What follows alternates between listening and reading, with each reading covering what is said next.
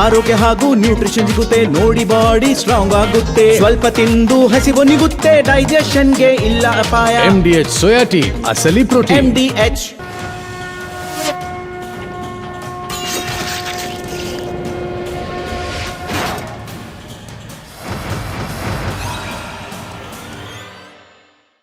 ಮಹಾಭಾರತದ ಈ ದಿನದ ಚರ್ಚೆಯಲ್ಲಿ ಬಿಡದಿ ಬಡದಾಟದಲ್ಲಿ ಬಾಲಕೃಷ್ಣ ಲೆಕ್ಕ, ಭಯಪಟ್ರ ಮಾಗಡಿ ಶಾಸಕ. ನಮಸ್ಕಾರ, ರಿಪಬ್ಲಿಕ್ ಕನ್ನಡದ ವಿಶೇಷ ಕಾರ್ಯಕ್ರಮಕ್ಕೆ ಸ್ವಾಗತ. ನಾನು ಸ್ಮಿತಾ ರಂಗನಾಥ್. ಬಿಡದಿ ಟೌನ್ಶಿಪ್ ವಿಚಾರಕ್ಕೆ ಸಂಬಂಧಪಟ್ಟಂತೆ ರಿಪಬ್ಲಿಕ್ ಕನ್ನಡ ಸುದ್ದಿ ಪ್ರಸಾರ ಮಾಡಲಿಕ್ಕೆ ಕೈಗೆತ್ಕೊಂಡ ಮೊದಲ ದಿನದಿಂದಲೂ ಕೂಡ ನಾವು ಯಾರ ಪರವೂ ಅಲ್ಲ, ಯಾರ ವಿರೋಧವೂ ಇಲ್ಲ, ಎರಡೂ ಕಡೆಯ ವಾದಕ್ಕೆ ಸಮಾನವಾದ ವೇದಿಕೆಯನ್ನ ಕಲ್ಪಿಸ್ಕೊಡ್ತಾ ಬಂದಿದ್ದೀವಿ. ಅದು ಭೂಮಿಯನ್ನ ಬಿಟ್ಕೊಡ್ಲಿಕ್ಕೆ ಸಿದ್ಧವಿರುವ ರೈತರೇ ಆಗಿರಬಹುದು, ಕೊಡೋದಿಲ್ಲ ಅಂತ ಹೇಳ್ತಿರುವ ರೈತರೇ ಆಗಿರ್ಬೋದು.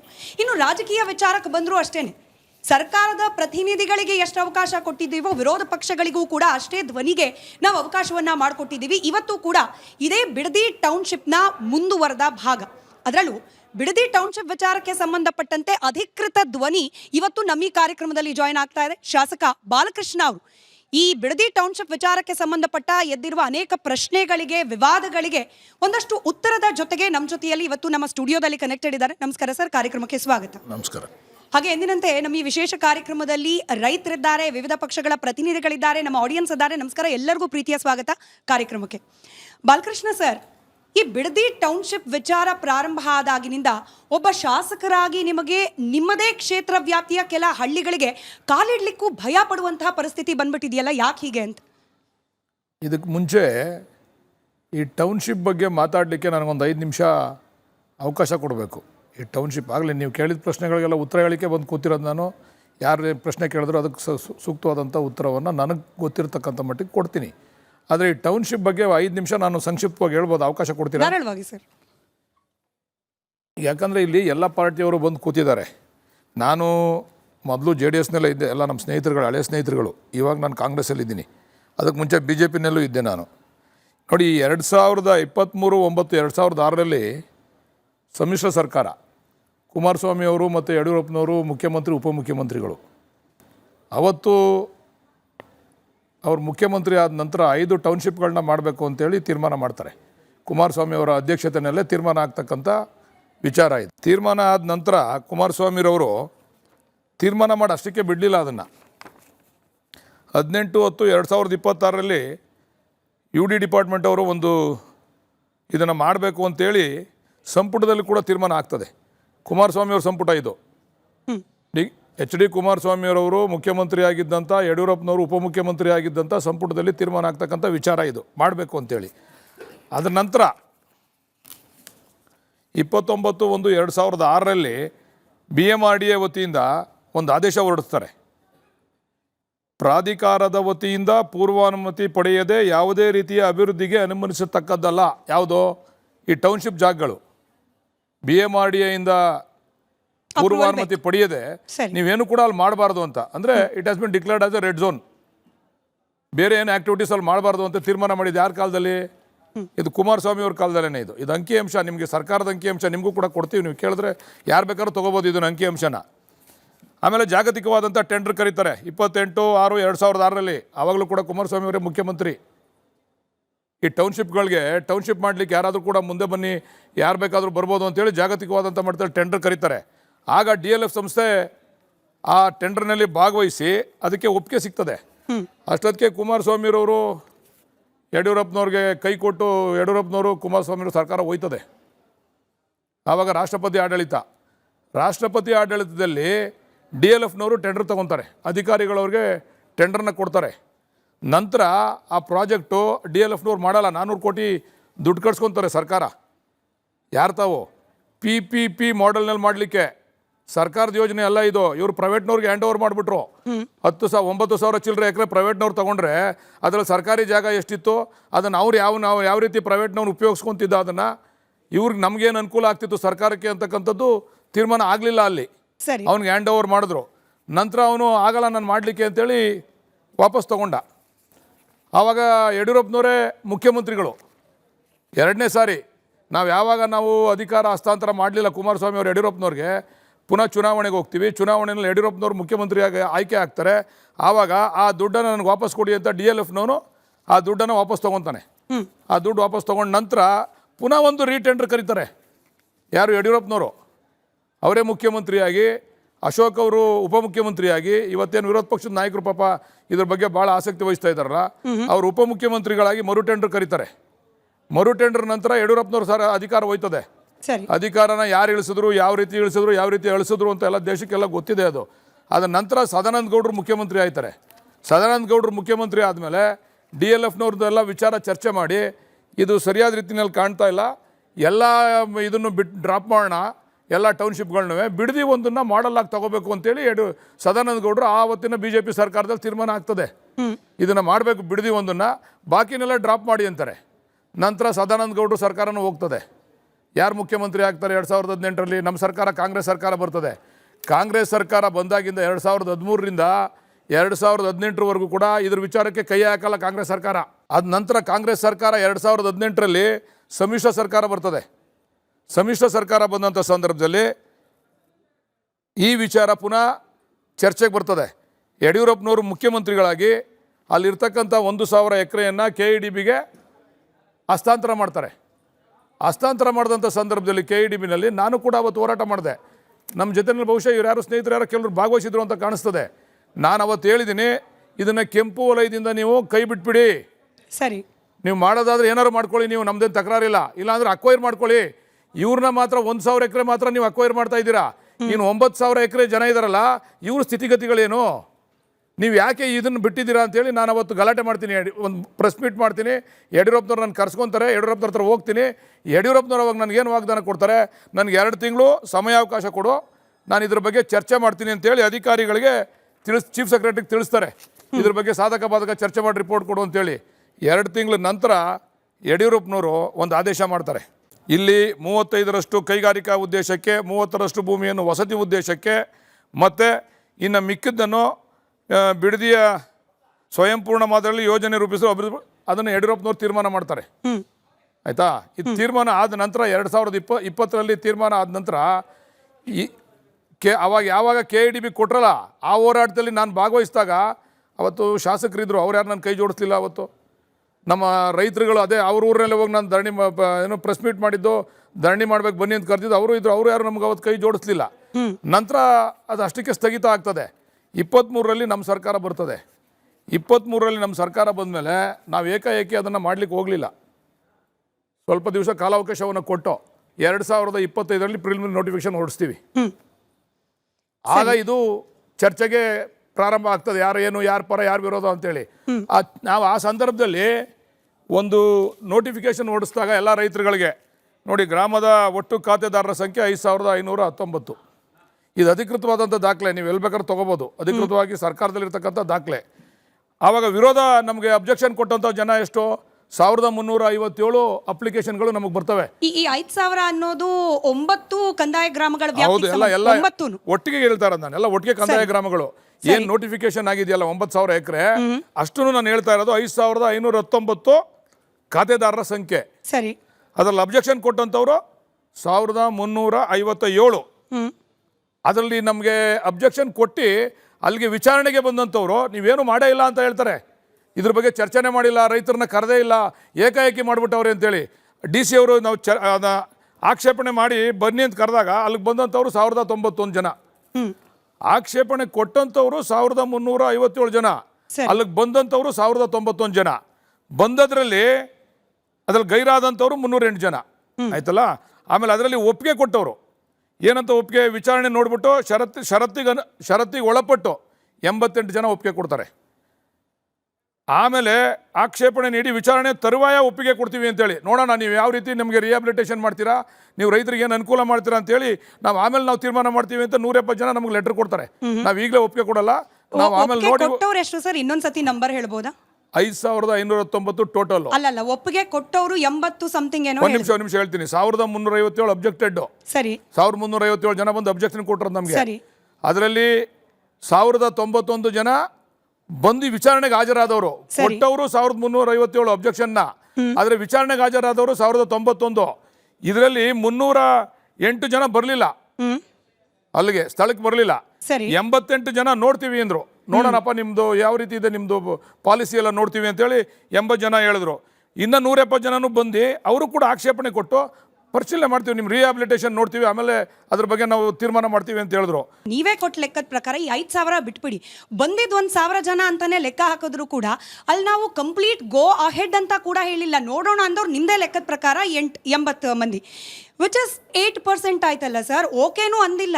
ಬಂದಿದ್ದ 1,000 ಜನದಲ್ಲಿ 80 ಜನ ಓಕೆ ಅಂದಿದ್ದಾರೆ ಅಂದ್ರೆ 8% ಜನರ ಒಪಿನಿಯನ್ ಅನ್ನ ಪಡ್ಕೊಂಡು ಸರ್ಕಾರ ಇಂಥ ದೊಡ್ಡ ಯೋಜನೆಯನ್ನು ಕೈ ಎತ್ಕೊಳ್ಳಿಕ್ಕೆ ನಿರ್ಧಾರ ಮಾಡ್ತು ಅಂದ್ರೆ ಆಶ್ಚರ್ಯ ಆಗುತ್ತೆ. ನಾವೇ ಮಾಡಿಲ್ಲ ಮೇಡಮ್ ಇದನ್ನ, ಈ ಸರ್ಕಾರನೇ ಮಾಡಿದೆ ಅನ್ನೋ ರೀತಿ ಇಲ್ಲ ಸರ್, ನೀವೇ ಕೊಟ್ಟಿದ್ ಲೆಕ್ಕ. ಈ ಮೀಟಿಂಗ್ ಸರ್ಕಾರ ಇರಬೇಕಾದ್ರೆ ಯಾರ್ಯಾರು ಈ ಮೀಟಿಂಗ್ ಆಗಿ ನಿಮ್ ಸರ್ಕಾರ ಇರಬೇಕಾದ್ರೆ ಯಾರ್ಯಾರು ಮಾಡ್ಕೊಂಡ್ಬಂದ್ರು ಅಂತ ನಿಮ್ಗೆ ಗೊತ್ತಿದೆಯಲ್ಲ, ಹೇಳ್ಕೊಂಡ್ಬಂದ್ವಲ್ಲ ಯಾರ್ಯಾರು ಇದು ಪಾಪದ ಕೂಸು ಯಾರ್ಯಾರ್ದು ಅಂತ ಹೇಳಿದ್ವಲ್ಲ ನಾವು. ಅದ್ರ ಬಗ್ಗೆನೂ ಪ್ರಶ್ನೆ ಇದೆ, ಈಗ ಅಬ್ಜೆಕ್ಷನ್ ಕೊಟ್ಟಿದೀವಿ. ಸರಿ, ಅದರಲ್ಲಿ ಪರ್ಸೆಂಟೇಜು ಜಾಸ್ತಿ ಪರವಾಗಿದ್ದಾರೆ. ನೀವು ಯೋಜನೆ ಬಿಟ್ಬಿಟ್ರೆ ಪರವಾಗಿರೋರು ಕನ್ಫ್ಯೂಷನ್ ಆಗದ್ ಬೇಡ ಸರ್. ನಾನು ಮತ್ತೊಮ್ಮೆ ಕೇಳ್ತಿದ್ದೀನಿ, ನಿಮ್ಮ ಕೈಯಲ್ಲಿರೋ ಡಾಕ್ಯುಮೆಂಟ್ ಅಲ್ಲೇ ನೋಡ್ಕೊಂಡೇ ಹೇಳಿ, ಪರವಾಗಿಲ್ಲ. 5,000 ಅಂತಂದ್ರಿ, 5,000 ಚಿಲ್ರೆ, ಅದ್ರಲ್ಲಿ ಬಂದವ್ರು 1,000 ಚಿಲ್ರೆ ಅಂತಂದ್ರಿ. ಓಕೆ ನೋಡೋಣ ಅಂದವ್ರು 80 ಜನ ಅಂತ ಹೇಳಿ ನೀವೇ ಹೇಳಿದ್ರಿ. ಲೆಸ್ ದೆನ್ 0.8% ಇರುವಾಗ ಸರ್ಕಾರ ಬಿಡದಿ ಟೌನ್ಶಿಪ್ ನಾವು ಮಾಡಬಹುದು, 80% ಜನರು ನಮ್ಮ ಜೊತೆಯಲ್ಲಿದ್ದಾರೆ ಅಂತ ಹೇಳಿ ಯಾವ ಲೆಕ್ಕದ ಆಧಾರದ ಮೇಲೆ ಮುಂದುವರಿತು ಅಂತ? ಬಾಕಿ ಉಳಿದಿರುವ ಆಕ್ಷೇಪಣೆಗಳೆಲ್ಲ ಒಟ್ಟಿಗೆ ಸೇರಿರೋದು 673 ಅಷ್ಟೇ ಮೇಡಮ್. ಅಂದ್ರೆ ಎಷ್ಟು ಪರ್ಸೆಂಟ್ ಆಯ್ತು? 5,000ಕ್ಕೆ 673 ಎಷ್ಟು ಪರ್ಸೆಂಟ್ ಆಯ್ತು ಮೇಡಮ್? ಲೆಕ್ಕ ಹಾಕೊಳ್ಳಿ ಮೇಡಮ್ ನೀವೇನೆ. 5,519ರಲ್ಲಿ 673 ಜನ ಖಾತೆದಾರರು ಅಬ್ಜೆಕ್ಷನ್ ಹಾಕವ್ರೆ ಅಂದಾಗ ಎಷ್ಟು ಪರ್ಸೆಂಟ್ ಆಯ್ತು? ನೀವೇ ಲೆಕ್ಕ ಹಾಕೊಳ್ಳಿ. ಈಗ ನಾವು 5,500 ಜನದ ಪರವಾಗಿ ಮಾತಾಡೋಣ, 673 ಜನದ ಪರವಾಗಿ ಮಾತಾಡೋಣ. ಸರಿ, ನೀವು ಲೆಕ್ಕ ಕೊಟ್ರಿ, ನಾವೆಲ್ಲರೂ ಕೂಡ ಕೇಳಿಸ್ಕೊಂಡಿದ್ದೀವಿ. ಯಾರಿಗೆ ಕನ್ವಿನ್ಸ್ ಆಗಿದೆ, ಬಹುಶಃ ಇಷ್ಟು ಕ್ಲಿಯರ್ ಆಗಿ ಬೇರೆ ಎಲ್ಲೂ ಎಕ್ಸ್ಪ್ಲೈನ್ ಮಾಡಿರ್ಲಿಲ್ಲ, ಯಾವುದೇ ವಾಹಿನಿಯಲ್ಲೂ ಕೂಡ ಇಷ್ಟು ಕ್ಲಿಯರ್ ಎಕ್ಸ್ಪ್ಲನೇಷನ್ ಸಿಕ್ಕಿರಲಿಲ್ಲ. ಕನ್ವಿನ್ಸ್ ಒಂದು 4 ಜನಕ್ಕಾದ್ರೂ ಅಧಿಕೃತ ದಾಖಲೆ ಮೇಡಮ್, ಇದು ನಮ್ದಲ್ಲ, ಇದು ನಾನು ಬರ್ಕೊಂಡ್ಬಂದಿರೋ ದಾಖಲೆ ಅಲ್ಲ. ಅದನ್ನ ಒಪ್ಕೊಳ್ತಾನೆ. ನಾನು ಮತ್ತೆ ಪ್ರಶ್ನೆ ಕೇಳ್ತೀನಿ. 2020ರಲ್ಲಿ ನೀವೇನೇನೆ ಈ ಟೌನ್ಶಿಪ್ ನ ವಿರುದ್ಧವಾಗಿ ಪ್ರೆಸ್ ಮೀಟ್ ಮಾಡಿದವರು 6 ವರ್ಷದಲ್ಲಿ ನಿಮ್ಮ ನಿಲುವು ಕಂಪ್ಲೀಟ್ ಯೂ ಟರ್ನ್ ತಗೊಳ್ಳುವಂತದ್ದು ಏನಾಯ್ತು? ಅದಕ್ಕೆ ಅಲ್ವಾ ಜನರು ಇವಾಗ ನಿಮ್ಮನ್ನ ಹಳ್ಳಿ ಬಿಟ್ಕೊಳ್ಳಲ್ಲ ಅನ್ನೋ ಹಂತಕ್ಕೆ ಹೋಗಿರೋದು. ನೀವು ನಾನು ಕೇಳಿದ್ರಿ ನೀವು ಯೂ ಟರ್ನ್ ಯಾಕೆ ತಗೊಂಡ್ರಿ ಅಂತ, ಅಷ್ಟಕ್ಕೆ ನಮ್ಗೆ ಉತ್ತರ ಕೊಡಕ್ಕೆ ಅವಕಾಶ ಕೊಡಿ. ನಿಮ್ಗೆ ನಾನು ಅದಕ್ಕೆ ಉತ್ತರ ಹೇಳ್ತೀನಿ ಕೇಳಿ. ಯಾಕೆ ಯೂ ಟರ್ನ್ ತಗೊಂಡೆ ಅಂತಂದರೆ, ನಾನವತ್ತು ಹೋಗಿ ಆ ಒಂದು ಹೊಸೂರು ಅಂತಕ್ಕಂಥ ಗ್ರಾಮದಲ್ಲಿ ಈ ವಿಚಾರವಾಗಿ ವಿರುದ್ಧವಾಗಿ ನಾನು ಹೋರಾಟ ಮಾಡಬೇಕು ಅಂತೇಳಿ ಇವ್ರನ್ನೆಲ್ಲ ರೈತರುಗಳನ್ನ ಕರೆದೆ. ಅಲ್ಲಿ ಇವ್ರು ಯಾರು ಬರಲಿಲ್ಲ. ಇವರು ಅವತ್ತು ಕುಮಾರಸ್ವಾಮಿ ಅವ್ರ ಜೊತೆ ಏನೋ ಹೌದಪ್ಪ, ರೆಡ್ ಝೋನ್ ಲಿಫ್ಟ್ ಮಾಡೋದು ಅಂದರೆ ನಿಮ್ಗೆ ಅನುಕೂಲ ಮಾಡಿಕೊಡೋದು ಅಂತ ಅಲ್ವಾ? ರೆಡ್ ಝೋನ್ ಲಿಫ್ಟ್ ಮಾಡೋದು ಅಂತ ಅಂದ್ರೆ ರೈತರಿಗೆ ಅವತ್ತು ನೀವು ಯಾಕಿದ್ರಿ ಬರಲಿಲ್ಲ? ನಿಮ್ಮ ನಾಯಕರು, ನಿಮ್ಮ ಅವತ್ತಿನ ಶಾಸಕರು ಯಾಕೆ ಆಚೆ ಬರಲಿಲ್ಲ? ಅವತ್ತು ಯಾಕೆ ಮನೇಲಿ ಕೂತಿದ್ರು? ನೀವೆಲ್ಲ ಎಲ್ಲೋಗಿದ್ರಿ ಅವತ್ತು? 2000 ಅದಾದ ನಂತರ 2023ರಲ್ಲಿ ನಮ್ಮ ಸರ್ಕಾರ ಬಂದ ಮೇಲೆ ಯಾರು ಬಂದು ನಮ್ಗೆ ಇದು ಬಿಡಬೇಕು ಮಾಡಬೇಕು ಅಂತಕ್ಕಂಥದ್ದನ್ನೇನು ಚರ್ಚೆ ಆಗಲಿಲ್ಲ. ಅಲ್ಲಿ ನಾವು ಹೇಳಿದ್ದೋ ಇದನ್ನ ಇಲ್ಲ ಮಾಡ್ತೀವಿ, ಇಲ್ಲ ಬಿಡ್ತೀವಿ, ನಾವು ಬಿಟ್ಬಿಡ್ತೀವಿ ಅಂತ ಏನು ಹೇಳಿಲ್ಲ. ಇಲ್ಲ ಮಾಡ್ತೀವಿ, ನೋಡೋಣ, ಸೂಕ್ತವಾದಂಥ ಪರಿಹಾರ ಕೊಟ್ಟು ಮಾಡ್ತೀವಿ, ಇಲ್ಲಾಂದರೆ ಸಾಧ್ಯವಾದಷ್ಟು ಮಟ್ಟಿಗೆ ಬಿಡುವಂಥ ಪ್ರಯತ್ನ ಮಾಡ್ತೀವಿ ಅಂತ ಕೂಡ ನಾನು ಕೂಡ ಹೇಳಿದ್ದೆ. 2025ರಲ್ಲಿ ನಾವು ನೋಟಿಫಿಕೇಶನ್ ಹೊರಡಿಸ್ತೋ, ಸಿದ್ದರಾಮಯ್ಯನವರ ನೇತೃತ್ವದ ಸರ್ಕಾರ ಕ್ಯಾಬಿನೆಟಲ್ಲಿ ಅಪ್ರೂವ್ ಮಾಡಿ ನೋಟಿಫಿಕೇಶನ್ ಹೊರಡಿಸಿದ್ಮೇಲೆ 1 ವರ್ಷ ಆದಮೇಲೆ ರೈತರು ಹೋರಾಟ ಮಾಡ್ತಾವ್ರೆ. ಅದಕ್ಕೆ ನನ್ನ ತಕರಾರಿಲ್ಲ. ರೈತರ ಹೆಸರಿನಲ್ಲಿ ರೈತರು ಹೋರಾಟ ಮಾಡಲಿ. ಆದರೆ ಡಿ.ಕೆ. ಶಿವಕುಮಾರ್ ಅವರು ಮುಖ್ಯಮಂತ್ರಿ ಆದಮೇಲೆ ಏಕಾಏಕಿ ನೀವು ಕುಮಾರಸ್ವಾಮಿ ಅವರು, ನಿಖಿಲ್ ಕುಮಾರಸ್ವಾಮಿ ಅವರು, ಜನತಾದಳದವರು ಎಂಟ್ರಿ ಆಗ್ತಾ ಇದಾರಲ್ಲ, ಇದಕ್ಕೆ ನಮ್ಮ ವಿರೋಧ ಅಷ್ಟೇ. ಸರಿ, ನಾವು ಜೆಡಿಎಸ್ ವಿಚಾರಕ್ಕೆ ಇದಕ್ಕೆ ನಮ್ಮ ವಿರೋಧ ಅಷ್ಟೇ. Correct sir. ಸ್ಥಳೀಯ ಈಗ 1 ವರ್ಷ ಸುಮ್ಮನೆ ಇದ್ರು. ಯಾವಾಗ ಹೋರಾಟ ಶುರು ಮಾಡಬೇಕಾಯ್ತು? ಅವರು ಪ್ರಿಲಿಮಿನರಿ ನೋಟಿಫಿಕೇಶನ್ ಹೊರಡಿಸಿದ ತಕ್ಷಣನೇ ಹೋರಾಟ ಶುರು ಮಾಡಬೇಕಾಯ್ತು. ಅವ್ರು ಹೋರಾಟ ಅವಾಗ ಶುರು ಮಾಡಲಿಲ್ಲ. ಡಿ.ಕೆ. ಶಿವಕುಮಾರ್ ಅವರು ಮುಖ್ಯಮಂತ್ರಿಗಳಾಗಿ ಪದಗ್ರಹಣ ಮಾಡಿದ ತಕ್ಷಣನೇ ಏಕಾಏಕಿ ಆಕ್ಟಿವ್ ಆಗ್ಬಿಟ್ರು ಅವರೆಲ್ಲರೂ. ಬಾಲಕೃಷ್ಣ ಸರ್, ನಮಗೆ ಸಿಕ್ಕಿರುವ ಮಾಹಿತಿ ಪ್ರಕಾರ ಈ ಪ್ರತಿಭಟನೆ ಅನ್ನೋದು 450 ದಿನಗಳಿಗಿಂತ ಹೆಚ್ಚಿಗೆ ಸಮಯದಿಂದ ನಡೀತಾ ಇದೆ. ಡಿ.ಕೆ. ಶಿವಕುಮಾರ್ ಅವರು ಮುಖ್ಯಮಂತ್ರಿ ಆಗಿ 450 ದಿನದ ಹಿಂದಿನ ಅಲ್ಲ. ಹಾಗಾಗಿ ನೀವೇನು ಹೇಳ್ತಿದ್ದೀರಿ? ಡಿ.ಕೆ. ಶಿವಕುಮಾರ್ ಅವರು ಮುಖ್ಯಮಂತ್ರಿ ಆದ್ಮೇಲೆ ಹೋರಾಟ ಎಲ್ಲೋ ಸ್ವಲ್ಪ ಕನ್ಫ್ಯೂಸಿಂಗ್ ಇದೆ ಸರ್. ನಿಮಗೆ ಮಾಹಿತಿ ಇರಲಿಲ್ವಾ 450ಕ್ಕೂ ಹೆಚ್ಚಿನ ದಿನದಿಂದ ಹೋರಾಟ ನಡೆಸ್ತಿದ್ದಾರೆ ಅಂತ?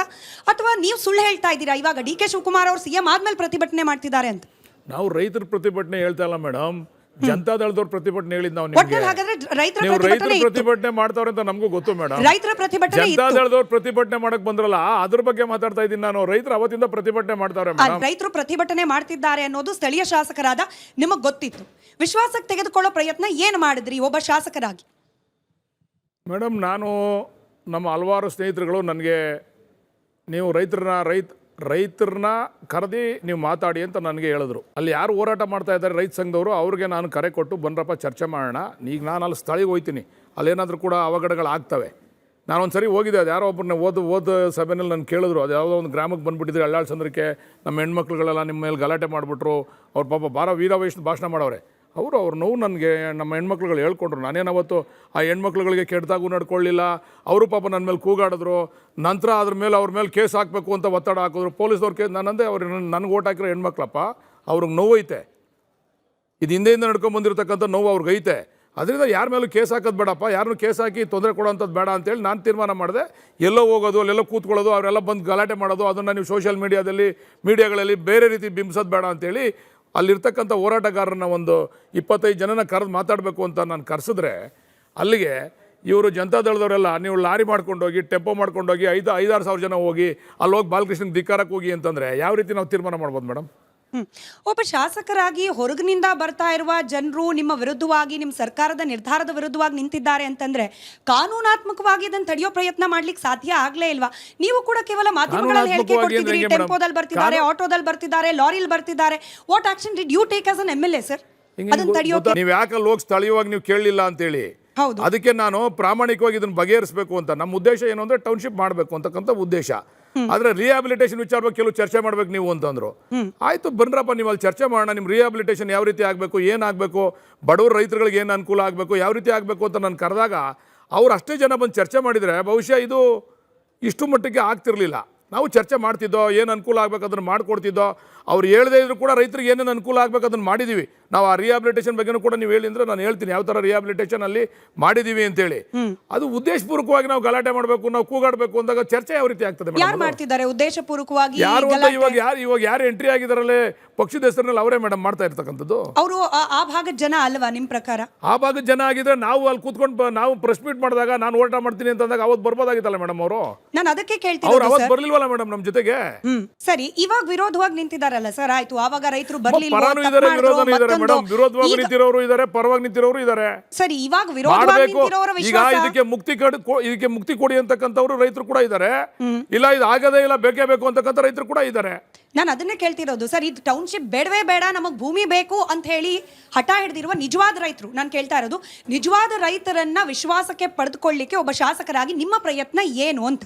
ಯಾವ ರೀತಿ ಪಡ್ಕೋಬೇಕು ಅಂತ ನೀವೇ ನಮಗೆ ಮಾರ್ಗದರ್ಶನ ಮಾಡಬೇಕು. ನಿಜವಾದ ರೈತರನ್ನ ನೀವೇ ಮಾರ್ಗದರ್ಶನ ಮಾಡಬೇಕು. ಈಗ ಕೇಳಿ ಮೇಡಮ್, ಕೆಲವರು ನೋಡಿ ಮೇಡಮ್, ಯಾವುದೇ ಯೋಜನೆ ಈ ದೇಶದಲ್ಲಿ ಯಾವುದೇ ಯೋಜನೆ 100% ರೈತರನ್ನ ಮನವೊಲಿಸಿ ಮಾಡಿರ್ತಕ್ಕಂಥ ಒಂದೇ ಒಂದು ಉದಾಹರಣೆ ತಾವು ಕೊಟ್ಟರೆ ತಾವು ಹೇಳ್ದಂಗೆ ಕೇಳ್ತೀನಿ ನಾನು.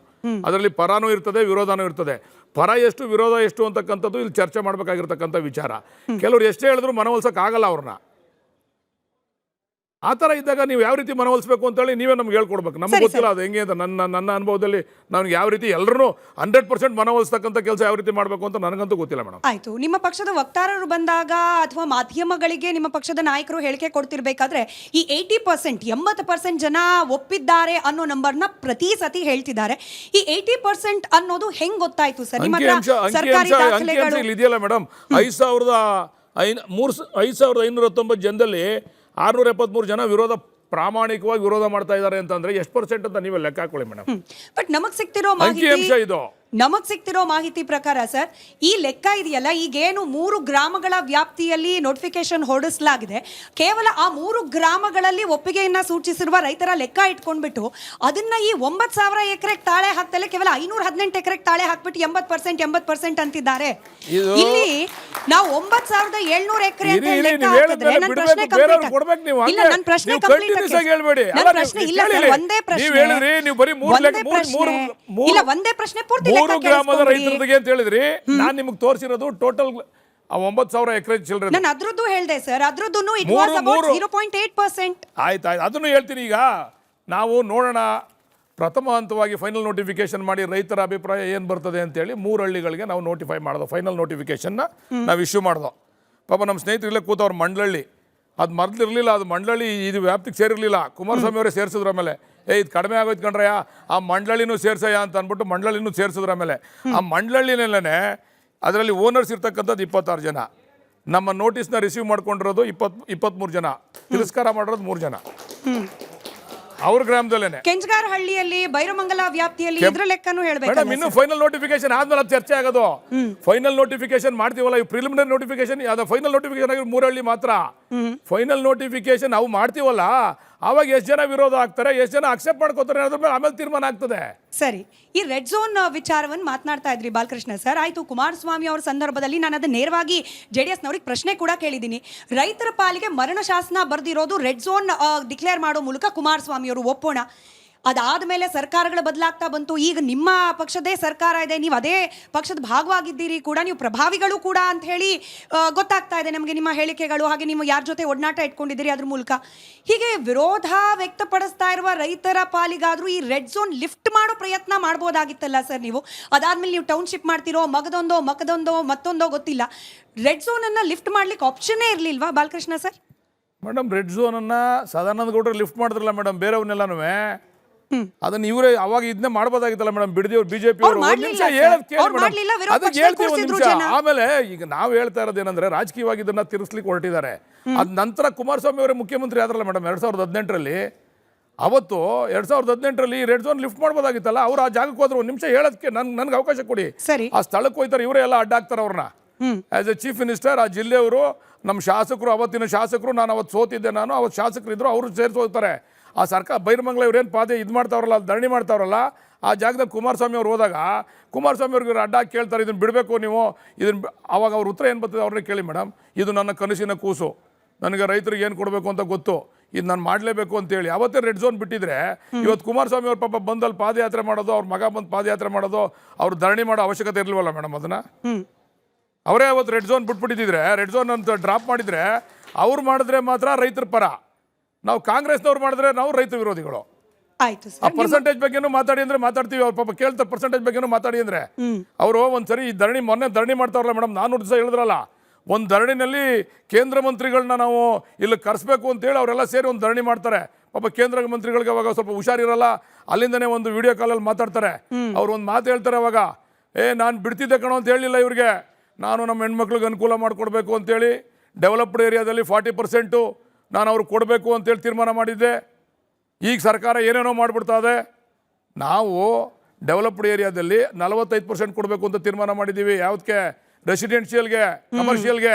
ರೆಸಿಡೆನ್ಷಿಯಲ್ಗೆ 50% ಕೊಡಬೇಕು ಅಂತ ತೀರ್ಮಾನ ಮಾಡಿದ್ದೀವಿ. ನಾವು 50% ಕೊಡೋರು ನಾವು ರೈತ ವಿರೋಧಿಗಳು, 40% ಕೊಡ್ತಕ್ಕಂಥ ಕುಮಾರಸ್ವಾಮಿ ಅವರು ರೈತರ ಪರ. ಆಯ್ತು, ಇದ್ಯಾವ್ದು ದ್ವಂದ್ವ ನೀತಿ ಮೇಡಮ್? ಆಯ್ತು. ಇದರ ಕೆಂಪು ಬಣ್ಣ ಅದ್ಭುತ, ಖಾರ ಕಡಿಮೆ ಆದ್ರೂ ರುಚಿಕರ. MDH ಕಾಶ್ಮೀರಿ. ನಾನು ಅಲ್ಲಿಗೆ ಅದಕ್ಕೆ ಮತ್ತೆ ವಾಪಸ್ ಬರ್ತೀನಿ ಸರ್. ಆಯ್ತು, ಕುಮಾರಸ್ವಾಮಿ ಅವರು ಪ್ಯೂರ್ ಪಾಲಿಟಿಕ್ಸ್ ಗೇಮ್ ಆಡ್ತಾ ಇದ್ದಾರೆ, ಒಪ್ಪೋಣ. ಅವ್ರು ರಾಜಕೀಯ ನಾನೇ ಹೇಳ್ತಿದ್ದೀನಿ, ಪೂರ್ತಿ ಕೇಳಿಸ್ಕೊಳ್ಳೋಕೆ ರೆಡಿ ಇಲ್ಲ ನೀವು. ಒಪ್ಪೋಣ, ಕುಮಾರಸ್ವಾಮಿ ಅವರು ರಾಜಕೀಯನೇ ಮಾಡ್ತಿದ್ದಾರೆ, ಅವ್ರ ಮಗನ ಭವಿಷ್ಯ ಹುಡುಕೋ ಪ್ರಯತ್ನ ಮಾಡ್ತಿದ್ದಾರೆ ಅನ್ನೋದನ್ನೇ ಒಪ್ಪೋಣ ಸರ್. 3 ವರ್ಷ ನಿಮ್ಮ ಪಕ್ಷದ ಕೈಲೂ ಸರ್ಕಾರ ಇತ್ತು. ನಿಜವಾಗ್ಲೂ ರೈತ ಪರವಾಗಿದ್ದಿದ್ರೆ ರೆಡ್ ಝೋನ್ ಲಿಫ್ಟ್ ಮಾಡೋ ಪ್ರಯತ್ನ ನಿಮ್ಮ ಸರ್ಕಾರದ ಕಡೆಯಿಂದ ಏನಾಯ್ತು? ನನ್ನ ಸಿಂಪಲ್ ಪ್ರಶ್ನೆ ಮೇಡಮ್. ನಮ್ಮವ್ರನ್ನ ನಾವು ರೈತರ ಪರ ಇರ್ತಕ್ಕಂಥ ರೈತರು ನಾವು ಅದ್ರ ಕಡೆ ಗಮನ ಹರಿಸಿರ್ಲಿಲ್ಲ. ಯಾಕಂದ್ರೆ ಅದು ಅದೇ ರೀತಿ ನಡೀತಾ 100% ಪ್ರಾಮಾಣಿಕ ಒಪ್ಕೋತೀವಿ. ಆಮೇಲೆ ನಾನು ಏನು ಮಾತಾಡ್ತೀನಲ್ಲ, ಖಂಡಿತ ಇದ್ರಲ್ಲಿ ಪ್ರಾಮಾಣಿಕತೆ ಇದೆ. ನಾನಿಲ್ಲಿ ಬಂದಿಟ್ಟು ಡೋಂಗಿ ಮಾಡ್ಬಿಟ್ಟು ನಾನು ಮಾತಾಡ್ಬಿಟ್ಟು ಅಲ್ಲಿ ಹೋಗಿ ಏನೋ ಸಾಧನೆ ಮಾಡಬೇಕು ಅನ್ನೋ ಅವಶ್ಯಕತೆ ನನಗಿಲ್ಲ. ನಾನು ಏನು ಮಾತಾಡಿದ್ರು ನೇರವಾಗಿ ಮಾತಾಡ್ತಕ್ಕಂಥವ್ನು, ಅವ್ರಿಗೂ ಗೊತ್ತು, ನಮ್ಮ ಜನಗಳಿಗೆ ಎಲ್ರಿಗೂ ಕೂಡ ಗೊತ್ತು. ಆದರೆ ನಾವು ಅವತ್ತು ಅದ್ರ ಕಡೆ ಗಮನ ಹರಿಸಿರಲಿಲ್ಲ. ಯಾರು ಕೂಡ ನಮ್ಗೆ ಒತ್ತಾಯ ಮಾಡಲಿಲ್ಲ, ಒತ್ತಡನೂ ಕೂಡ ಹಾಕಲಿಲ್ಲ.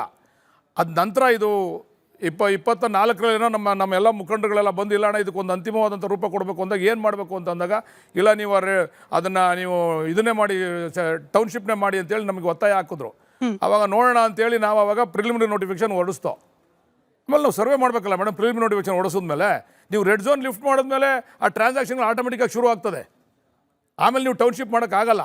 ಅದಕ್ಕೆ ನಾವು ಪ್ರಥಮ ಹಂತದ ಅಧಿಸೂಚನೆಯನ್ನು ಹೊರಡಿಸ್ತೋ. ನಾವು ಅವಾಗ ಯಾವ ಥರ ತಿರಸ್ಕಾರ ಆಗ್ತದೆ, ಯಾವ ಥರ ಪುರಸ್ಕಾರ ಆಗ್ತದೆ ಅಂತ ನೋಡಿದಾಗ ನಿಮ್ಮ ಅಂಕಿಅಂಶ ಇಟ್ಟಲ್ಲ ನಿಮಗೆ. ಅಲ್ಲಿಗೆ ನೀವು ಒಪ್ಕೊಂಡ್ರಿ, ನೀವು ಗಮನ ಕೊಡಲಿಲ್ಲ, ರೆಡ್ ಝೋನ್ ಕೇಳಲಿಲ್ಲ. ಯಾರ ಕೇಳಬೇಕಲ್ಲ ಮೇಡಮ್. ಆ ಭಾಗಕ್ಕೆ ಹೋದಾಗ ಕೇಳಿದಾಗ ಮಾಡಿದಾಗ ನಾವು ಅದು ಕೇಳಕ್ಕೆ ಶುರು ಮಾಡಿದಾಗ ನಾವು ಅದನ್ನ ಏನಾದ್ರು ಒಂದು ತೀರ್ಮಾನ ಮಾಡಬೇಕು ಅಂತ ಮಾಡಿದ್ದೀವಿ. ಸರಿ, ಈ ಬಿಡದಿ ವಿಚಾರಕ್ಕೆ ಸಂಬಂಧಪಟ್ಟಂತೆ ನೀವು ಕೊಟ್ಟ ಕೆಲವೊಂದಷ್ಟು ಹೇಳಿಕೆಗಳಿಗೆ ತೀವ್ರ ಟೀಕೆ ವ್ಯಕ್ತವಾಯಿತು. ಫಾರ್ ಎಕ್ಸಾಂಪಲ್, ನೀವು ಈ ಬೈರಂಗಲದ ಕೆರೆ ಏನು ಕಲುಷಿತ ಆಗ್ಬಿಟ್ಟಿದೆ ಅಂತ ಹೇಳ್ತೀರಿ, ಹಾಗೆ ಆ ಬಿಡದಿ ವ್ಯಾಪ್ತಿಯಲ್ಲಿ ಬೆಳೀತಿರುವ ಬೆಳೆ ತಿಂದವರಿಗೆ ಕ್ಯಾನ್ಸರ್ ಬರ್ತಿದೆ ಅನ್ನೋ ಅರ್ಥದಲ್ಲಿ ಏನು ಮಾತನಾಡಿದ್ದೀರಿ. ಜನ ನೇರವಾಗಿ ಪ್ರಶ್ನೆ ಕೇಳಿದ್ದಾರೆ ನಿಮಗೆ, ಇದೇ ನೀರು ಹರ್ಕೊಂಡು ಹೋಗಿ ಕನಕಪುರ ಕೂಡ ಸೇರುತ್ತೆ, ಅಲ್ಲಿ ಮುಖ್ಯಮಂತ್ರಿಗಳಿದ್ದಾರೆ, ಅವ್ರಿಗೆ ಕ್ಯಾನ್ಸರ್ ಬಂದಿದೆಯಾ? ಅವ್ರು ಕೇಳಿದ ಪ್ರಶ್ನೆ ಸರ್, ನನ್ನಲ್ಲ ಇದು. ಇಲ್ಲಿ ಬೆಳೆದಿರೋ ಬೆಳೆ ಬೆಂಗಳೂರಿನ ಜನ ತಿಂತಿದ್ದಾರೆ, ಅವ್ರು ಸತ್ತೋಗ್ಬಿಟ್ಟಿದ್ದಾರೆ, ರೈತರು ಕೇಳ್ತಿರೋ ಪ್ರಶ್ನೆ ಇದು. ನೀವು ಇದಕ್ಕೇನು ಉತ್ತರ ಕೊಡ್ತೀರಿ? ಈಗ ನಾವು ಮೊದಲನೇ ಸ್ಟೇಜಲ್ಲಿ ಇರ್ತಕ್ಕಂಥವ್ರು, ಯಾವ ಬೆಂಗಳೂರಿನ ಕಲುಷಿತ ನೀರು ವೃಷಭಾವತಿ ನೀರಿದೆಯಲ್ಲ, ಅದು ಮೊದಲನೇ ಸ್ಟೇಜಲ್ಲಿ ಇರ್ತಕ್ಕಂಥದ್ದು ಬೈರಮಂಗಲ. ಆ ಬೈರಮಂಗಲ ಕೆರೆಗೆ ಬಂದ ಮೇಲೇ ಆ ನೀರು ಹರ್ಕೊಂಡು ಹೋಗೋದು. ನೀರು ನಿಮಗೆ ಗೊತ್ತಿದ್ದಂಗೆ ಅದು ಹರ್ಕೊಂಡು ಹೋದಂಗೆಲ್ಲ ಫಿಲ್ಟರ್ ಆಗ್ತದೆ ನೀರು.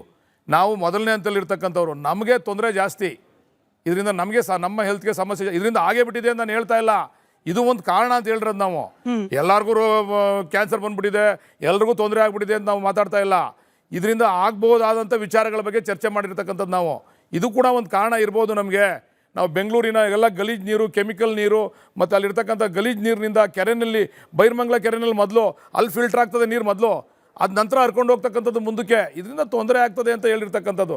ಅದಕ್ಕೆ ಅವ್ರು ಬೇರೆ ಬೇರೆ ರೂಪ ಬಣ್ಣ ಕೊಟ್ಟು ಮಾತಾಡೋದ್ರಿಂದ ನಮ್ಗೆ ಅದ್ರ ಹತ್ರ ಉತ್ತರ ಇಲ್ಲ ಮೇಡಮ್. ನಮಗೆ ಬೈರಮಂಗಲ ಕೆರೆ ನೀರಿನ ಸದ್ಯದ ಪರಿಸ್ಥಿತಿ ಹೇಗಿದೆ? ಒಬ್ಬ ಶಾಸಕರಾಗಿ ನಿಮ್ಮ ಗಮನಕ್ಕೆ ಬಂದಿರೋ ಹಾಗೆ ಒಂದು ಸ್ವಲ್ಪ ಹೋರಾಟ, ಯಾರು ಹೊರಗಡೆಯಿಂದ ಬಂದು ಹೋರಾಟ ಮಾಡ್ತಾರಲ್ಲ ಅವ್ರನ್ನ ಕರ್ಕೊಂಡೋಗಲ್ಲಿ ನಿಲ್ಸಿದ್ರೆ ಗೊತ್ತಾಯ್ತದೆ ಮೇಡಮ್ ಸದ್ಯದ ಪರಿಸ್ಥಿತಿ. ಇಲ್ಲ, ನೀವು ಹೇಳಿ ಸರ್, ಅವ್ರಿಗೂ ಗೊತ್ತಾಗ್ಲಿ, ನಮ್ಮ ವೀಕ್ಷಕರಿಗೂ ಗೊತ್ತಾಗ್ಲಿ, ಹೇಗಿದೆ ಕೆರೆಯ ನೀರಿನ ಪರಿಸ್ಥಿತಿ? ಮೇಡಮ್, ಟ್ರೀಟ್ಮೆಂಟ್ ಮಾಡ್ತಾ ನೀರು ಬಿಡ್ತಾ ಇದ್ರು ಕೂಡ ಅಲ್ಲಿ ವಾಸ ಮಾಡಲಿಕ್ಕೆ, ಅಲ್ಲಿ ಸುತ್ತಮುತ್ತ ಇರ್ತಕ್ಕಂಥ ಜನ ವಾಸ ಮಾಡಲಿಕ್ಕೆ ಆ ಸೊಳ್ಳೆ, ಆ ಗಲೀಜು, ಆ ವಾಸನೆ ಕಷ್ಟ ಇದೆ ಮೇಡಮ್. ಯಾರು ಹೊಣೆ ಸರ್ ಅದನ್ನ ಕ್ಲೀನ್ ಮಾಡಿ? ಎಲ್ಲರೂ ಹೊಣೆ ಮೇಡಮ್. ಶಾಸಕರಾಗಿ ನಿಮ್ಮ ಹೊಣೆ? ನನ್ನ ಹೊಣೆನೂ ಐತೆ, ಮೊದಲಿಂದ ಯಾರು ನಡ್ಸ್ಕೊಂಡ್ ಬಂದ್ರಲ್ಲ ಅವ್ರ ಹೊಣೆನೂ ಕೂಡ ಇದೆ, ಎಲ್ಲ ಸರ್ಕಾರಗಳು ಕೂಡ ಹೊಣೆ ಇದೆ ಮೇಡಮ್. ಅದು ನಾನೇನಿಲ್ಲ ಅಂತ ನಾನು ನಿಮ್ಮ ಹತ್ರ ನಾನು ಅದನ್ನ ಅಲ್ಲಗಳಿತಾ ಇಲ್ಲ ಮೇಡಮ್, ನಾನು ಒಪ್ಕೊಂತೀನಿ ಅದನ್ನ. ಅದೇ ನೀರನ್ನ ಮತ್ತಷ್ಟು ಶುದ್ಧೀಕರಣಗೊಳಿಸ್ಬಿಟ್ಟು ರೈತರಿಗೆ ಅನುಕೂಲ ಆಗೋ ರೀತಿಯಲ್ಲಿ ಮಾಡಿಸ್ಕೊಟ್ಟಿದ್ರೆ ಇನ್ನೂ ಬಂಗಾರದಂತ ಬೆಳೆ ಬೆಳೀತಾ ಇದ್ವಿ ಅಂತ ಹೇಳಿ ಅಲ್ಲಿನ ರೈತರೇ ಹೇಳ್ತಾ ಇದ್ದಾರೆ. ಅದು ಲಿಫ್ಟ್ ಇರಿಗೇಷನ್ ಮಾಡ್ಲಿಕ್ಕೆ ಅದನ್ನು ಕೂಡ ಮಾಡಿದೀವಿ ಮೇಡಮ್. ಅವ್ರು ಯಾರೋ ಕೋರ್ಟ್ಗೆ ಹಾಕೊಂಡು ಅದನ್ನು ಕೂಡ ಏನೋ ಸಮಸ್ಯೆ ಮಾಡಿ ಆ ಕೋರ್ಟೆಲ್ಲ ಕಾಮಗಾರಿ ಆಗಬಾರ್ದು ಅಂತ ನಿಲ್ಲಿಸಿದ್ದಾರೆ ಮೇಡಮ್. ಹಿಂದೆ ಡಿ ಕೆ ಸುರೇಶ್ ಅವರು ಇದನ್ನು ಶುದ್ಧೀಕರಣ ಮಾಡಿ ಯಾವ ರೀತಿ ವ್ಯವಸಾಯಕ್ಕೆ ಕೊಡ್ಬೋದು ಅಂತೇಳಿ ತೀರ್ಮಾನ ಮಾಡಿದ್ರೆ ಅದಕ್ಕೆ ಯಾರೋ ಕೋರ್ಟ್ಗೆ ಹಾಕೊಂಡು ಆ ಕೆಲಸನೇ ಅರ್ಧಂಬರ್ಧಕ್ಕೆ ನಿಲ್ಲಿಸಿದ್ದಾರೆ ಮೇಡಮ್. ಅದನ್ನು ಕೂಡ ಮಾಹಿತಿ ಕೊಡ್ತೀವಿ ಮೇಡಮ್ ನಿಮಗೆ. MDH ದಮ್ ಹಾಲು, ದಾಲ್ ತಡ್ಕ ಮತ್ತು ಮಶ್ರೂಮ್ ಮಸಾಲೆ. MDH ನಿಂದ ಊಟ ಪ್ರತಿ ಸಲ ಸ್ವಾದಿಷ್ಟಕರ. MDH ಯಾವಾಗ್ಲೂ ನಿಮ್ಗೆ ಹೊಸ ರುಚಿ ನೀಡಲು ಪ್ರತಿಬದ್ಧವಾಗಿದೆ. ರೈತರ ವಿರೋಧ ಬಂತು, ಹಾಗಾಗಿ ನಾನು ಕೈ ಬಿಟ್ಟೆ. ರೈತರ ವಿರೋಧ ಇದೆ ಅಂತ ಗೊತ್ತಿದ್ರು ಕೂಡ ಈ ಕೈಗೆತ್ಕೊಂಡಿದ್ದಾರೆ. ಇದರ ಹಿಂದೆ ಡಿ ಕೆ ಶಿವಕುಮಾರ್ ಅವರು ಜೊತೆಗೆ ಬಾಲಕೃಷ್ಣ ಅವರ ರಿಯಲ್ ಎಸ್ಟೇಟ್ ದಂಧೆಯ, ಅವ್ರದೇ ಪದ ಸರ್ ಇದು, ರಿಯಲ್ ಎಸ್ಟೇಟ್ ದಂಧೆಯ ಮುಖವಾಡಗಳು ಇದೆಯೇ ಹೊರತು ಇಲ್ಲಿ ಬೇರೆ ಏನೂ ಉದ್ದೇಶ ಇಲ್ಲ. AICT ಬರುತ್ತೋ ಇಲ್ಲೋ ಗೊತ್ತಿಲ್ಲ, ಬಟ್ ರಿಯಲ್ ಎಸ್ಟೇಟ್ ದಂಧೆ ಅಂತೂ ಯಥೇಚ್ಛವಾಗಿ ನಡೆಯುತ್ತೆ ಅನ್ನೋ ಆರೋಪ ಬರ್ತಾ ಇದೆ ಅಲ್ವಾ? ಖಂಡಿತ ಅವ್ರು ಹೇಳಿರ್ತಕ್ಕಂಥದ್ದು ಅದರಲ್ಲಿ ಎಷ್ಟು ಸತ್ಯ ಎಷ್ಟು ಸುಳ್ಳು ಅಂತಕ್ಕಂಥದ್ದು ಜನ ತೀರ್ಮಾನ ಮಾಡ್ತಾರೆ. 2018ರಲ್ಲಿ ಇದೇ ಜನ ಹೋಗಿ ಕೇಳ್ಕೊಂಡಾಗ ಮೇಡಮ್, ಡಿ ಕೆ ಶಿವಕುಮಾರ್ ಅವರು ಮುಖ್ಯಮಂತ್ರಿ ಆಗಿದ್ರು ಮೇಡಮ್. ಅವಾಗ ಯಾರು ಮುಖ್ಯಮಂತ್ರಿ ಆಗಿದ್ರು? ನೀವು ನಿಜವಾಗ್ಲೂ ರೈತರ ಪರ ಆಗಿದ್ರೆ ಅವತ್ತೇ ಡ್ರಾಪ್ ಮಾಡಬೇಕಾಯ್ತು. ಒಂದು ಲೈನ್ ಯಾರು ಮಾಡಿದ್ರು ಕ್ಯಾಬಿನೆಟ್ಗೆ ತಂದು, ಯಾರು ಮಾಡಿದ್ರು ಇದು ಮಾಡಬೇಕು ಅಂತ, ಅದೇ ಕ್ಯಾಬಿನೆಟ್ಗೆ ತಂದು ಒಂದು ಲೈನ್ ರೆಸೊಲ್ಯೂಷನ್, ಇಲ್ಲ ನಾನು ಡ್ರಾಪ್ ಮಾಡಿದ್ದೀನಿ, ಇದ್ರ ಅವಶ್ಯಕತೆ ಇಲ್ಲ, ನಾನು ಕೈ ಬಿಟ್ಟಿದ್ದೀನಿ ಅಂತ ಮಾಡ್ಬೋದಾಗಿತ್ತಲ್ಲ ಮೇಡಮ್. ಒಂದು ನೀವು ರಿಯಲ್ ಎಸ್ಟೇಟ್ ಬಗ್ಗೆ ಮಾತಾಡಿದ್ರಿ, ಅವ್ರ ಕಾಲದಲ್ಲಿ ಜಾಗತಿಕ ಟೆಂಡರ್ ಕರೆದಿ ಹೊರಗಡೆ ಅವ್ರಿಗೆ ಕೊಟ್ಟಿದ್ದು PPP ಮಾಡಲಿಲ್ಲ ಯಾರು ಮೇಡಮ್? DLFನವ್ರು ಬಂದ್ರಲ್ಲ ಮೇಡಮ್, ರಿಯಲ್ ಎಸ್ಟೇಟ್ ಮಾಡ್ಲಿಕ್ಕೆ ಬಂದ್ರೋ ಅಥವಾ ಸ್ವಂತ ಕೈ ಹಾಕ್ಬಿಟ್ಟು ಬಂಡವಾಳ ಹಾಕ್ಬಿಟ್ಟು ಕೆಲಸ ಮಾಡಕ್ ಬಂದ್ಲ ಮೇಡಮ್? ಹಾಗಾದ್ರೆ ಇವಾಗ ನೇರವಾಗಿ ಸರ್ಕಾರ ರಿಯಲ್ ಎಸ್ಟೇಟ್ ದಂಧೆ ಗೆಲ್ಬಿಟ್ಟಿದ್ಯಾ ಸರ್? ಪ್ಲೀಸ್ ಮನವಿ, ಆಯ್ತು, ಅವ್ರು PPP ಮಾಡೆಲ್ ತಂದ್ರು, ಕಂಟಿನ್ಯೂ ಮಾಡ್ಕೊಳ್ಳಿ, ಕಂಟಿನ್ಯೂ ಮಾಡಿ ಇದೇ ಉತ್ತರವನ್ನ. ಕೇಳಿ ಪ್ರಶ್ನೆ, ನಾನು ಉತ್ತರ ಕೊಡ್ತೀನಿ. ಇದನ್ನು ಪೂರಕವಾಗಿ ಸೇರಿಸ್ಕೊಂಡು ಮಾತಾಡಿ ಸರ್. ಹಾಗಾದ್ರೆ ಅವಾಗ ಅವರು ಆಚೆ ಅವರಿಗೆ ಕೊಟ್ರು, ಇವಾಗ ಸರ್ಕಾರನೇ ರಿಯಲ್ ಎಸ್ಟೇಟ್ ದಂಧೆ ಗೆಲ್ತಿದ್ಯಾ? ನೋಡಿ ಹಂಗಲ್ಲ, ನನಗೆ ಬಿಡಿ. ಈಗ ಅವ್ರು ರಿಯಲ್ ಎಸ್ಟೇಟ್ ಅಂತ ನೀವು ಹೇಳಿದ್ಕೆ ನಾನು ಹೇಳಿದೆ, ನೀವು ಹೇಳಿದ್ರಿ ಅವ್ರು ಉಪಯೋಗಿಸಿರೋ ಪದ ಅಂತ ಹೇಳಿದ್ರಿ. ಹೌದು, PPP ಮಾಡಲ್ ಮಾಡಿ ರಿಯಲ್ ಎಸ್ಟೇಟ್ ಕೊಟ್ಟಂತವ್ರು ನಾವಲ್ಲ. ಇವತ್ತು ಸರ್ಕಾರ ಮಾಡ್ತಾ ಇದೆ, ಲಾಸ್ ಆಗ್ತದೋ ಲಾಭ ಬರ್ತದೋ ಅದು ಪ್ರಶ್ನೆ ಅಲ್ಲ. ಅಲ್ಲೊಂದು ಒಳ್ಳೆ ಉತ್ತಮವಾದಂಥ ಸಿಟಿ ಬರಬೇಕು ಅನ್ನೋ ದೃಷ್ಟಿಯನ್ನು ಇಟ್ಕೊಂಡು ಸರ್ಕಾರ ಮಾಡ್ತಾ ಇರ್ತಕ್ಕಂಥ ಯೋಜನೆ ಇದು. ಯಾರಿಗೋ ಜಾಗತಿಕ ಮುಖ ಟೆಂಡರ್ ಕೊಟ್ಬಿಟ್ಟು ಯಾರಿಗೋ ಪ್ರೈವೇಟ್ನವ್ರು ಕೊಟ್ಬಿಟ್ಟು ಕಮಿಷನ್ ತಗೊಳ್ಳೋಂಥ ಯೋಜನೆ ಅಲ್ಲ ಇದು. ಏನು ಲೆಕ್ಕ ಇದ್ರೂ ಕೂಡ ಸರ್ಕಾರದಲ್ಲಿ ಲೆಕ್ಕ ಇರ್ತದೆ. ಲಾಸ್ ಆದರೂ ಸರ್ಕಾರದಲ್ಲಿ ಲೆಕ್ಕ ಇರ್ತದೆ, ಲಾಭ ಬಂದರೂ ಸರ್ಕಾರದಲ್ಲಿ ಲೆಕ್ಕ ಇರ್ತದೆ. ಪಾಪ ಅನೇಕ ಜನ ಹೇಳ್ತಾರೆ ರಿಯಲ್ ಎಸ್ಟೇಟ್ಗೆ ಇಳಿದ್ಬಿಟ್ರು, ರಿಯಲ್ ಎಸ್ಟೇಟ್ಗೆ. ಇದನ್ನು ರಿಯಲ್ ಎಸ್ಟೇಟ್ ಮಾಡಿ ಜೀವನ ಮಾಡ್ತಕ್ಕಂಥ ಅವಶ್ಯಕತೆ ಡಿ ಕೆ ಶಿವಕುಮಾರ್ ಅವ್ರಿಗಿಲ್ಲ. ಅವರು ರಿಯಲ್ ಎಸ್ಟೇಟ್ ನಲ್ಲಿ ಅವ್ರು ಸಾಕಷ್ಟು ಏನ್ ಬೇಕೋ ಅದನ್ನ ಮಾಡ್ಕೊಂಡಿದ್ದಾರೆ, ಬಿಡದಿನಲ್ಲಿ ಬಂದಿದ್ದಾರೆ ಅಂತ. ನನಗಿದ್ರೆ ನಾನು ಒಂದು 50 ಎಕರೆ ತಗೋತಿದ್ದೆ, ಅವ್ರು ತಗೊಂಡವ್ರಲ್ಲ 36 ಎಕರೆ. ಹಂಗೆ ನಾನು 50 ಎಕರೆ ತಗೋತಿದ್ದೆ, ನನಗಿದ್ದಿದ್ರೆ ನಾನು ಅದ್ರ ತಟ್ಟೆಗೆ ಹೋಗ್ಲಿಲ್ಲ. 36 ಎಕರೆ ತಗೊಂಡವ್ರು ಅವರು. ಕೇಳಿ ಅವ್ರನ್ನ, ಅವ್ರ ಕುಟುಂಬದವ್ರು 36 ಎಕರೆ ಯಾಕೆ ಬಂದು ತಗೊಂಡ್ರು, ಅಲ್ಲಿ ಯಾವ ತರ ಗಂಧದ ಮರ ಬೆಳೆದವ್ರೆ, ಯಾವ ತರ ತೆಂಗಿನ ಮರ ಬೆಳೆದವ್ರೆ ಅಂತ ಕೇಳಿ. ರಿಯಲ್ ಎಸ್ಟೇಟ್ಗೆ ಯಾರು ಮನ್ಸಿರ್ತದೋ ಅವ್ರು ತಗೊಂತಾರ ಅದನ್ನ. ನನಗಿಲ್ಲ, ನನಗೆ ಕಡಿಮೆ ಕೊಡ್ತೀನಿ ಅಂದ್ರೆ ನಾನು ಅದಕ್ಕೆ ಹೋಗ್ಲಿಲ್ಲ, ನನಗೆ ಬೇಡಪ್ಪ ಅದ್ರ ಸವಾಸ ಬೇಡ ಅಂತಂದೆ. ನೀವು ಲಾಭ ನಷ್ಟದ ಮಾತಾಡ್ತಾ ಇದ್ರಿ ಬಾಲಕೃಷ್ಣ ಅವರೇ. ನಷ್ಟ ಹೆಂಗಾಗತ್ತೆ? ಫಾರ್ ಎಕ್ಸಾಂಪಲ್ ದೇವನಹಳ್ಳಿ ಏರ್ಪೋರ್ಟ್ ವಿಚಾರನೇ ತಗೊಳ್ಳೋಣ. ಭೂಮಿ ಕೊಟ್ಟ ರೈತರು ಅವಾಗ ಪಡ್ಕೊಂಡಿದ್ದು ಮ್ಯಾಕ್ಸಿಮಮ್ 1 ಎಕರೆಗೆ, ನಾನು ಹೋಮ್ವರ್ಕ್ ತಪ್ಪಿದ್ರೆ ನೀವು ಕರೆಕ್ಟ್ ಮಾಡಿ ಹೇಳ್ಬೋದು, ನಾನು ತಿಳ್ಕೊಂಡಂಗೆ ಆವಾಗ 1 ಎಕರೆಗೆ ಮ್ಯಾಕ್ಸಿಮಮ್ ಅಂದ್ರೆ 50 ಲಕ್ಷ ಸಿಕ್ತಂತ ಅವ್ರ ಕೈಗೆ. ಈಗ ಏರ್ಪೋರ್ಟ್ ಸುತ್ತಮುತ್ತ ಭೂಮಿ ವ್ಯಾಲ್ಯೂ ನಿಮಗೂ ಗೊತ್ತಿದೆ ಸರ್. ನಾನು 20 ಕೋಟಿ ಕೊಡ್ತೀನಿ ಅಂದ್ರೂ 1 ಎಕರೆ ಭೂಮಿ ಸಿಗೋದಿಲ್ಲ. 5-6 ಕಿಲೋಮೀಟರ್ ಒಳಗೆ ಹೋಗ್ತೀನಿ ಅಂದ್ರೂ 6-7 ಕೋಟಿಗೆ ನಡೀತಾ ಇದೆ. ಹಿಂಭಾಗ ಬಾಗ್ಲೂರ್ ಕಡೆಗೆ ಹೋಗ್ಬಿಟ್ರಂತೂ ಮಿನಿಮಮ್ ಅಂದ್ರೂ 15 ಕೋಟಿ. ಅಲ್ಲಿಗೆ 50 ಲಕ್ಷಕ್ಕೆ 1 ಎಕರೆ ಕೊಟ್ಟ ರೈತ ಇವಾಗ ಅದೇ ಜಾಗದಲ್ಲಿ ಮತ್ತೆ ಭೂಮಿ ತಗೊಳ್ಬೇಕು ಅಂದ್ರೆ 20 ಕೋಟಿ ಪಾಕೆಟ್ ಅಲ್ಲಿ ಇಟ್ಕೊಳ್ಬೇಕು. ಬಿಡದಿ ಹಿಂಗ್ ಆಗೋದಿಲ್ವಾ ಸರ್? ಇವಾಗ 2.5 ಕೋಟಿನೇ ದೊಡ್ಡದು ಅಂತ ತೋರಿಸಿರುವ ಬಾಲಕೃಷ್ಣ ಅವ್ರಿಗೆ ಇನ್ನು 10 ವರ್ಷದಲ್ಲಿ ಯಾವ ವ್ಯಾಲ್ಯೂ ಬಂದಿರುತ್ತೆ ಅದಕ್ಕೆ? ನಾವು ರೈತರಿಗೆ ಕೊಡ್ತಿರೋದು ಅದರ ಆಧಾರದ ಮೇಲೆ ಬಿಡಿಗಾಸು ಅನ್ನೋದು ಗೊತ್ತಿಲ್ವಾ ಬಾಲಕೃಷ್ಣ ಅವರಿಗೆ? ಇದಕ್ಕೆ ಕಾರಣಕರ್ತರು ಯಾರು ಮೇಡಮ್? ನಾವು ಯಾವುದೇ ಪರಿಹಾರವನ್ನು ಕೊಡಬೇಕಾದ್ರೆ ಸರ್ಕಾರ ಪ್ರೈವೇಟ್ ಪಿ ಮಾಡಲು ಕೊಟ್ಬಿಟ್ಟು ಯಾರೋ ಒಬ್ಬರಿಗೆ ಕೊಟ್ಬಿಟ್ಟು ಅದನ್ನು ಮಾರಾಟಕ್ಕೆ ಇಟ್ಬಿಟ್ಟು ಅದು ಯಾರೋ ಪರಿಹಾರ ಕೊಟ್ಕೊಳ್ಳಿ ಅಂತ ಹೇಳ್ತಕ್ಕಂಥದ್ದಲ್ಲ ಇದು. ನಾವೇನೇ ಒಂದು ಪರಿಹಾರ ಕೊಡಬೇಕಾದ್ರೆ 2013 ಕೇಂದ್ರ ಸರ್ಕಾರ ಆಧಾರಿತ ಆ ಕಾನೂನನ್ನೇ ನಾವಿಲ್ಲಿ ಉಲ್ಲೇಖ ಮಾಡಿ ಅದನ್ನು ಪರಿಹಾರ ಘೋಷಣೆ ಮಾಡಬೇಕು. ಅದ್ರ ಪ್ರಕಾರ ಹೋದರೆ ಇವತ್ತು 1.5 ಕೋಟಿ ಮೇಲೆ ಹೋಗಲ್ಲ ಈ ವ್ಯಾಪ್ತಿನಲ್ಲಿ ಎಲ್ಲೂ ಕೂಡ. ಕಾರಣ ಏನು ಅಂದರೆ ಇದು ರೆಡ್ ಝೋನ್ ಮಾಡಿದ್ರಿಂದ ಎಸ್ ಆರ್ ವ್ಯಾಲ್ಯೂ ಜಾಸ್ತಿ ಆಗಲಿಲ್ಲ, ಟ್ರಾನ್ಸಾಕ್ಷನ್ ಆಗಲಿಲ್ಲ. ಇಲ್ಲಿ ಟ್ರಾನ್ಸಾಕ್ಷನ್ ಆಗದೆ ಇರೋದ್ರಿಂದ ಇದನ್ನು ನಾವು ಅವರು ಎಸ್ ಆರ್ ವ್ಯಾಲ್ಯೂನ ಜಾಸ್ತಿ ಮಾಡೋಕ್ಕೆ ಹೋಗಲ್ಲ ಸರ್ಕಾರ. ಇದನ್ನು ರೆಡ್ ಝೋನ್ ಇರೋ ಕಾರಣಕ್ಕೋಸ್ಕರ ಈ ರೆಡ್ ಝೋನ್ ಕಾರಣಕರ್ತರು ಯಾರು ಅದನ್ನು ಅವರೇ ಹೇಳಿ. ಪಾಪ ನಗ್ತಾರಲ್ಲ, ಚಪ್ಪಾಳೆ ಹೊಡಿತಾರಲ್ಲ, ಅವರೇ ಹೇಳಿ ಅದು ಕಾರಣಕರ್ತರು ಯಾರು, ಯಾಕೆ ನಿಂತೋಯ್ತು ಅಂತೇಳಿ. ನಾವು ನಾವೆಲ್ಲ ಅಳದು ಸುರಿದು ತೀರ್ಮಾನ ಮಾಡಿದಂಥ ಸಂದರ್ಭದಲ್ಲಿ 1.5 ಮೇಲೆ ಹೋಗಲಿಲ್ಲ ಇದು. ನಾನು ಅದಕ್ಕೆ ವಿರೋಧ ಮಾಡಿದೆ. 2 ಕೋಟಿ ನನ್ನ ಪರ ಇರ್ತಕ್ಕಂಥ ರೈತರನ್ನ ಕರೆದೆ ನಾನು. ನೋಡಪ್ಪ ಇದು ಹೋಗ್ತಾ ಇಲ್ಲ, ಇದೇನು ಮಾಡಬೇಕು ಅಂದಾಗ, ಇಲ್ಲ ಅಣ್ಣ 2 ಕೋಟಿ ಕಡಿಮೆ ನಾವು ಒಪ್ಲಿಕ್ಕೆ ಸಾಧ್ಯನೇ ಇಲ್ಲ ಅಂದರು. ನಾನು ನಮ್ಮ DC ಅವ್ರಿಗೆ ಹೇಳಿದೆ, ನೀವು ಯಾವ ಕಾನೂನು ಹುಡುಕ್ತಿರೋ ಗೊತ್ತಿಲ್ಲ, ಎಲ್ಲಿಂದ ತೊಗೊಂಬತ್ತಿರೋ ರೂಲ್ಸ್ನ ಗೊತ್ತಿಲ್ಲ ನನಗೆ, ನೀವು ಮಿನಿಮಮ್ 2 ಕೋಟಿ ಕೊಡಲೇಬೇಕು. 2 ಕೋಟಿ ಕೊಟ್ಟರೆ ಮಾತ್ರ ನಾನು ರೈತರನ್ನ ಒಪ್ಪಿಸ್ತೀನಿ ಅಂತೇಳಿ ನಾನು ಅವ್ರಿಗೆ ವಾಗ್ದಾನ ಮಾಡಿದ್ಮೇಲೆ ಅವ್ರು ಹುಡುಕಿ ಮಿನಿಮಮ್ 2 ಕೋಟಿ 7 ಲಕ್ಷ, ಮ್ಯಾಕ್ಸಿಮಮ್ 290 ಗಂಟೆ ತೀರ್ಮಾನ ಮಾಡಿದ್ರು ಮೇಡಮ್. ಅದಕ್ಕೆ ನಾವೆಲ್ಲ ಕಾರಣಕರ್ತರು ಮೇಡಮ್, ರೆಡ್ ಝೋನ್ ಕಾರಣಕರ್ತರು. ಅದಕ್ಕೆ ನಾವು ಏಕಾಏಕಿ ಅಷ್ಟೊಂದು ಬಲೆ ಎಲ್ಲ ಕೊಡೋಕ್ಕಾಗಲ್ಲ ಮೇಡಮ್. ಹಂಗೆ ಕಾನೂನುಬದ್ಧವಾಗಿ ನಾವು ಕೊಡಬೇಕಲ್ಲ ಮೇಡಮ್ ತೀರ್ಮಾನ. ಸರಿ ಸರ್, ನನಗೆ ರಿಯಲ್ ಎಸ್ಟೇಟ್ ಬಗ್ಗೆ ಹೆಚ್ಚಿಗೆ ಜ್ಞಾನ ಇಲ್ಲ. ಒಂದು ಬೇಸಿಕ್ ಸೆನ್ಸಲ್ಲಿ ಕೇಳ್ತೀನಿ. ಜಾಸ್ತಿ ತಿಳ್ಕೊಂಡಿದ್ದೀರಾ ನೀವು, ಸುಮ್ಮನೆ. Thank you. ಬೇಸಿಕ್ ಸೆನ್ಸಲ್ಲಿ ಕೇಳ್ತೀನಿ ಸರ್. ಆಯ್ತು, ನಿಮಗೆ ನಿಜವಾಗ್ಲೂ ನಿಮ್ಮದೇ ಕ್ಷೇತ್ರದ ರೈತರ ಪರವಾಗಿ ನಿಲ್ಲಬೇಕು, ಅವ್ರ ಭೂಮಿ ಕಳ್ಕೊಳ್ತಾ ಇರುವ ವ್ಯಾಲ್ಯೂವನ್ನು ಮತ್ತೆ ಕೊಡಿಸ್ಬೇಕು ಅನ್ನೋ ಧಾರಾಳ ಮನಸ್ಸಿದ್ದಿದ್ರೆ ಒಂದು ಚಿಕ್ಕ ಪ್ರಯತ್ನ ಮಾಡಿ ರೆಡ್ ಝೋನ್ ಅನ್ನ ಲಿಫ್ಟ್ ಮಾಡಿ SR ವ್ಯಾಲ್ಯೂ ಜಾಸ್ತಿ ಮಾಡಿ ನಂತರದಲ್ಲಿ ಟೌನ್ಶಿಪ್ ಮಾಡಿ ಸರ್, ಇದೇ 2 ಕೋಟಿ 10 ಕೋಟಿ ಕೂಡ ಆಗೋ ಚಾನ್ಸಸ್ ಇರ್ತಾ ಇತ್ತು. ನಿಮ್ ಭಾಗದ ರೈತರು ನಿಮ್ ಫೋಟೋ ಇಟ್ಕೊಂಡು ಮನೇಲಿ ಪೂಜೆ ಮಾಡ್ತಾ ಇದ್ರು ಸರ್. ಟೌನ್ಶಿಪ್ ಆದ್ಮೇಲೆ AICT ಕೂಡ ನಿಮ್ಮ ಕಟ್ಔಟ್ ಹಾಕಿಸ್ತಾ ಇದ್ರು ಮೇಡಮ್. ಈಗಲೂ ಕೂಡ ಕೆಲವರೆಲ್ಲ ಪರ ಇರ್ತಕ್ಕಂಥವ್ರು ಪೂಜೆ ಮಾಡ್ತಾವ್ರೆ. ಹೆಂಗ ಪುಣ್ಯಾತ್ಮ ಬಂದು 2 ಕೋಟಿ ಮೇಲೆ ಕೊಡಿಸ್ತಾ. ಇದು ಮೊದಲು ಬರೀ ಒಂದು ಕಾಲು ನಾವೆಲ್ಲ ನಮ್ಮ ಕಷ್ಟಕ್ಕೆಲ್ಲ 50 ಲಕ್ಷ 60 ಲಕ್ಷಕ್ಕೆಲ್ಲ ನಾವು ಮಾರ್ಕೋತಾ ಇದ್ದೋ. ಹೆಂಗೋ ಬಂದು 2 ಕೋಟಿ ಕೊಡಿಸ್ತಾ ಅಂತಕ್ಕಂಥದ್ದು ಈಗಲೂ ಕೂಡ ಇದೆ. ಪರ ವಿರೋಧ ಇದೇ ಇರ್ತದೆ ಮೇಡಮ್. ನಾವು ಎಷ್ಟು ಕೆಲಸ ಮಾಡಿದ್ರು ಕೂಡ ಬೈಯೋರು ಬೈತಾನೆ ಇರ್ತಾರೆ. ಅದು ಇದಿದೆ ರಾಜಕಾರಣವಾಗಿ. ನಾವೆಲ್ಲರೂ ಕೂಡ ನಮ್ಮ ಪರ ಇರಬೇಕು ಅಂತಕ್ಕಂಥದ್ದನ್ನು ಅಪೇಕ್ಷೆ ಪಡ್ತಕ್ಕಂಥದ್ದು ಮೂರ್ಖತನ ರಾಜಕಾರಣಿಗಳು. ಆದರೆ ನನ್ನ ಕೈಲಾದಂಥ ಶಕ್ತಿ ಮೀರಿ ಒಂದು ಪ್ರಯತ್ನ ಮಾಡಿದ್ದೀನಿ ಮೇಡಮ್, ಅಷ್ಟು ಹೇಳ್ಬೋದು. ಅದಕ್ಕಿಂತ ಹೆಚ್ಚಿಗೆ ನನ್ನ ಕೈಲಿ ಉತ್ತರ ಕೊಡ್ಲಿಕ್ಕೆ ನಾನು ಶಕ್ತನಲ್ಲ. ಎಷ್ಟು ಪ್ರಾಮಾಣಿಕವಾಗಿ ಪಾರದರ್ಶಕವಾಗಿ ನಡೀತಾ ಇದೆ ಸರ್ ಈ ಟೌನ್ಶಿಪ್ ವಿಚಾರ. ಯಾಕಂದ್ರೆ ಮತ್ತದೇ ಕುಮಾರಸ್ವಾಮಿ ಅವರು ಹೇಳ್ತಾರೆ, ನಾಗರಬಾವಿಯ ಬಾಡಿಗೆ ಮನೆಯೊಂದರಲ್ಲಿ ಅವ್ರು ಬಳಸಿದ ಪದ ಬಳಕೆ ಮಾಡ್ಲಿಕ್ಕೆ ನನಗೆ ಕಷ್ಟ ಆಗುತ್ತೆ. ಈ ಸರ್ಕಾರಕ್ಕೆ ಸಂಬಂಧಪಡದೇ ಇರೋರು, ಈ ಟೌನ್ಶಿಪ್ಗೆ ಸಂಬಂಧಪಡದೇ ಇರೋ ಖಾಸಗಿ ವ್ಯಕ್ತಿಗಳನ್ನ ಕೂಡ ಈ ನಾಗರಬಾವಿಯ ಪ್ರೈವೇಟ್ ಹೌಸ್ ನಲ್ಲಿ ಕೂತ್ಕೊಂಡು ದಂಧೆ ಮಾಡ್ತಿದ್ದಾರೆ. ಕುಮಾರಸ್ವಾಮಿ ಅವ್ರದೇ ಆರೋಪ. ಎಲ್ಲೂ ಬಿಲ್ಲದ ನಾಲ್ಗೆ ಏನ್ ಬೇಕಾದ್ರೂ ಹೇಳ್ಬೋದು ಮೇಡಮ್. ನಾಗರಬಾವಿಲಿ ಯಾರ ಮನೆ ಇದೆ ಮೇಡಮ್? ನನಗೆ ಗೊತ್ತಿಲ್ಲ ಮೇಡಮ್, ಅವರೇ ಹೇಳ್ಬೇಕು ನಾಗರಬಾವಿ ಯಾರ ಮನೆ ಅಂತ. ನನಗಂತೂ ಗೊತ್ತಿಲ್ಲ, ಅದು ಆ ವಿಚಾರ ನನಗೆ ಗೊತ್ತಿಲ್ಲ. ನಾನು ಒಂದು ಹೇಳ್ತೀನಿ ಕುಮಾರಸ್ವಾಮಿ ಅವರಿಗೆ, ಈಗಲೂ ಕೂಡ ಅದಕ್ಕೆ CBI ಆಗ್ರಹ ಮಾಡಿದ್ರೆ CBI ತನಿಖೆಗೆ ನಾನು ಕೊಡಿಸ್ತೀನಿ. CBI ತನಿಖೆ ಮಾಡಲಿ ಮೇಡಮ್. ಯಾರ್ಯಾರು ಎಷ್ಟೆಷ್ಟು ಇದರಲ್ಲಿ ದಂಧೆನಲ್ಲಿ ಭಾಗವಹಿಸಿದ್ದಾರೆ ಅವ್ರ ಮೇಲೆಲ್ಲ ಕ್ರಮ ತಗೊಳ್ಳಿ ಮೇಡಮ್. ಅವ್ರು ಕೇಂದ್ರ ಸರ್ಕಾರದಲ್ಲಿದ್ದಾರೆ. CBI ಕೊಡ್ತೀನಿ ಅಂತಂದ್ರೆ ನಾನು CBI ಕೊಡ್ಸೋಕೆ ರೆಡಿ ಇದ್ದೀನಿ ಮೇಡಮ್. ಇದರಲ್ಲಿ ಏನಾರು ಅವ್ಯವಹಾರ ಆಗಿದ್ರೆ ಅದು ತನಿಖೆ ಆಗಲಿ ಮೇಡಮ್ CBI ಇಂದ. ಈಗ ನಮ್ಮೇಲೆ ಮಾಡಿದ್ರೆ ಇವ್ರಿಗೆ ರಾಜ್ಯ ಸರ್ಕಾರದವರು ಅವ್ರದೇ ಮುಖ್ಯಮಂತ್ರಿ ಏನೋ ಮಾಡಿಬಿಟ್ರು ಅಂತಾರೆ. ಇವ್ರು ಕೇಂದ್ರ ಸರ್ಕಾರದ CBI ತನಿಖೆ ಕೊಟ್ಟರೆ ಅದು ತೀರ್ಮಾನ ಆಗಲಿ ಮೇಡಮ್. ಇಲ್ಲೆಲ್ಲಲ್ಲಿ ಅವ್ಯವಹಾರ ರೈತರನ್ನ ನೋಡಿ ಮೇಡಮ್, ಒಂದು ಮಾತಂತೂ ಹೇಳ್ತೀನಿ, ರೈತರಿಗೆ ಅನ್ಯಾಯ ಮಾಡಿ ರೈತರು ದುಡ್ಡು ತಿಂದು ಬದುಕ್ತಕ್ಕಂಥವ್ರು ಯಾರು ಉದ್ಧಾರ ಆಗಿಲ್ಲ ಮೇಡಮ್. ಇದು ಪ್ರಾಮಾಣಿಕವಾದಂಥ ನನ್ನ ಹೇಳಿಕೆ ಮೇಡಮ್, ಪ್ರಾಮಾಣಿಕವಾದಂಥ ಹೇಳಿಕೆ. ನಾನು ಇರ್ತಕ್ಕಂಥ ಇದರಲ್ಲಿ ನನ್ನ ಇತಿಮಿತಿನಲ್ಲಿ ಎಷ್ಟು ನಾನು ಆ ರೈತರ ಪರ ನಿಲ್ಬೋದು ಅದು ನಿಂತಿದ್ದೀನಿ ಮೇಡಮ್. ನಾನು ಇದರಲ್ಲಿ ಯಾವುದೇ ಆಸೆ ಆಮಿಷಕ್ಕೆ ನಾನು ಒಳಗಾಗಿಲ್ಲ ಮೇಡಮ್. ರಾಜಕಾರಣಿಗಳ ಪ್ರಾಮಾಣಿಕತೆ ಪಕ್ಷ ಬದಲಾದಂಗೆ ಬದಲಾಗತ್ತೆ ಅನ್ನೋದು ಕೇಳಿರೋ ಮಾತು ಸರ್. ಸತ್ಯನ ಸುಳ್ಳ ನೀವು ಹೇಳಬೇಕು. ಯಾಕಂದ್ರೆ ನಿಮ್ಮನ್ನ ಕೆಲವರು ಈ ಬಣ್ಣ ಬದಲಾಯಿಸೋ ಒಂದು ಪ್ರಾಣಿಗೆ ಹೋಲಿಕೆ ಮಾಡಿ ಮಾತನಾಡ್ತಾ ಇದ್ದಾರೆ. JDS ಪಕ್ಷದಲ್ಲಿ ಇರ್ಬೇಕಾದ್ರೆ ಮಾತನಾಡಿದ್ದ ಬಾಲಕೃಷ್ಣ ಅವರ ಮಾತನ್ನ ಈಗ ಕಾಂಗ್ರೆಸ್ನಲ್ಲಿರುವ ಬಾಲಕೃಷ್ಣ ಅವ್ರ ಮಾತನ್ನ ಒಂದು ಸೈಡಲ್ಲಿ ಇನ್ನೊಂದು ಸೈಡಲ್ಲಿ ಇಟ್ಟು ನೋಡ್ಬಿಟ್ರೆ ಅಜಗಜಾಂತರ ವ್ಯತ್ಯಾಸ. ಬಣ್ಣ ಬದಲಾಯಿಸ್ಬಿಟ್ರು ಅಂತ ಹೇಳಿ ನಿಮ್ಮ ಮೇಲೆ ಆರೋಪ. ಹಂಗಾಗಿ ಪ್ರಾಮಾಣಿಕ ಅಂತ ಹೇಳಿ ಯಾವ್ದನ್ನ ಅನ್ಕೊಳ್ಬೇಕು? JDS ನಲ್ಲಿದ್ದ ಬಾಲಕೃಷ್ಣ ಈ ವಿಚಾರದಲ್ಲಿ ನಾವು ಬಣ್ಣ ಬದಲಾಯಿಸಿದ್ವಿ ಮೇಡಮ್. ಕುಮಾರಸ್ವಾಮಿ ಅವರು ಬಣ್ಣ ಬದಲಾಯಿಸೋರು ಮೇಡಮ್, ಹಂಗೆ ನಾವು ಬಣ್ಣ ಬದಲಾಯಿಸಿದ್ವಿ ಮೇಡಮ್. ಆಯ್ತು, ವಿಚಾರ ಹೇಳ್ತೀನಿ. ನಾನು ಯಾವತ್ತೂ ಸುಳ್ಳು ಹೇಳಿದವನು ಅಲ್ಲ, ನಾನು ಯಾವತ್ತೂ ಕೂಡ ಎದುರ್ಕೊಂಡು ಬದುಕಿದವನು ಅಲ್ಲ. ನಾನು ಇರೋ ವಿಚಾರ ನೇರವಾಗಿ ಮಾತಾಡಿದವನು ನಾನು. ಕುಮಾರಸ್ವಾಮಿ ಅವರು ಯೋಜನೆ ಮಾಡಿ ಇವತ್ತು ಆ ಯೋಜನೆ ಯಾವ ರೀತಿ ವಿರೋಧ ಮಾಡ್ತಾವ್ರು ಹಂಗೆ ನಾವು ಕೂಡ ಬದಲಾಯಿಸ್ತೀವಿ ಮೇಡಮ್. ಬಣ್ಣ ಬದಲಾಯಿಸೋದು ಅನಿವಾರ್ಯ ಆಯ್ತು ಬಾಲಕೃಷ್ಣ ಅವರು ಕೂಡ. ಅನಿವಾರ್ಯ ಮೇಡಮ್. ಸರಿ, ಇವಾಗ ಕುಮಾರಸ್ವಾಮಿ ಅವ್ರಿಗೆ ನಿಮ್ಮ ಪ್ರಕಾರ ಕುಮಾರಸ್ವಾಮಿ ಅವ್ರ ಹೆಸರಲ್ಲೋ ಬೇನಾಮಿ ಹೆಸರಲ್ಲೋ ಅವ್ರ ಕುಟುಂಬಸ್ಥರ ಹೆಸರಲ್ಲೋ ಎಷ್ಟು ಜಾಗ ಇರ್ಬೋದು ಸರ್ ಈ ಟೌನ್ಶಿಪ್ ವ್ಯಾಪ್ತಿಯಲ್ಲಿ ಬರುವಂತ? ಸ್ನೇಹಿತರುಗಳು ಅವ್ರ ಶಿಷ್ಯರು ಅವ್ರು ಕೇಳಿ ಮೇಡಮ್ ಎಷ್ಟದೇ ನಿಮಗೆ ಕರೆಕ್ಟ್ ಲೆಕ್ಕ ಗೊತ್ತಿರುತ್ತೆ ಸರ್, ಶಾಸಕರಿದ್ದೀರಿ ಮೇಡಮ್.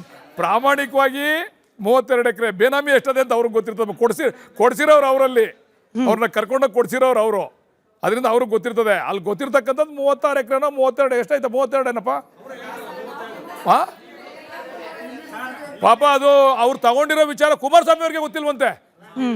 ಅಪ್ಪ ಎಂತ ಬಾಲಿಶ ಅಂತ ಹೇಳಿ ಕೇಳುವ ಮೇಡಮ್. ಅದು ನಮ್ಮ ಮನೆಯವ್ರು ತಗೊಂಡವ್ರೆ ಅಂತ ನನಗೆ ಗೊತ್ತಿಲ್ಲ ಅಂತಂದ್ರೆ ಮನೆಯವ್ರಿಗೆ ಗೊತ್ತಿಲ್ದಂಗೆ ಟ್ರಾನ್ಸಾಕ್ಷನ್ ಮಾಡ್ತಾರೆ ಮೇಡಮ್ ಯಾರಾದ್ರೂ.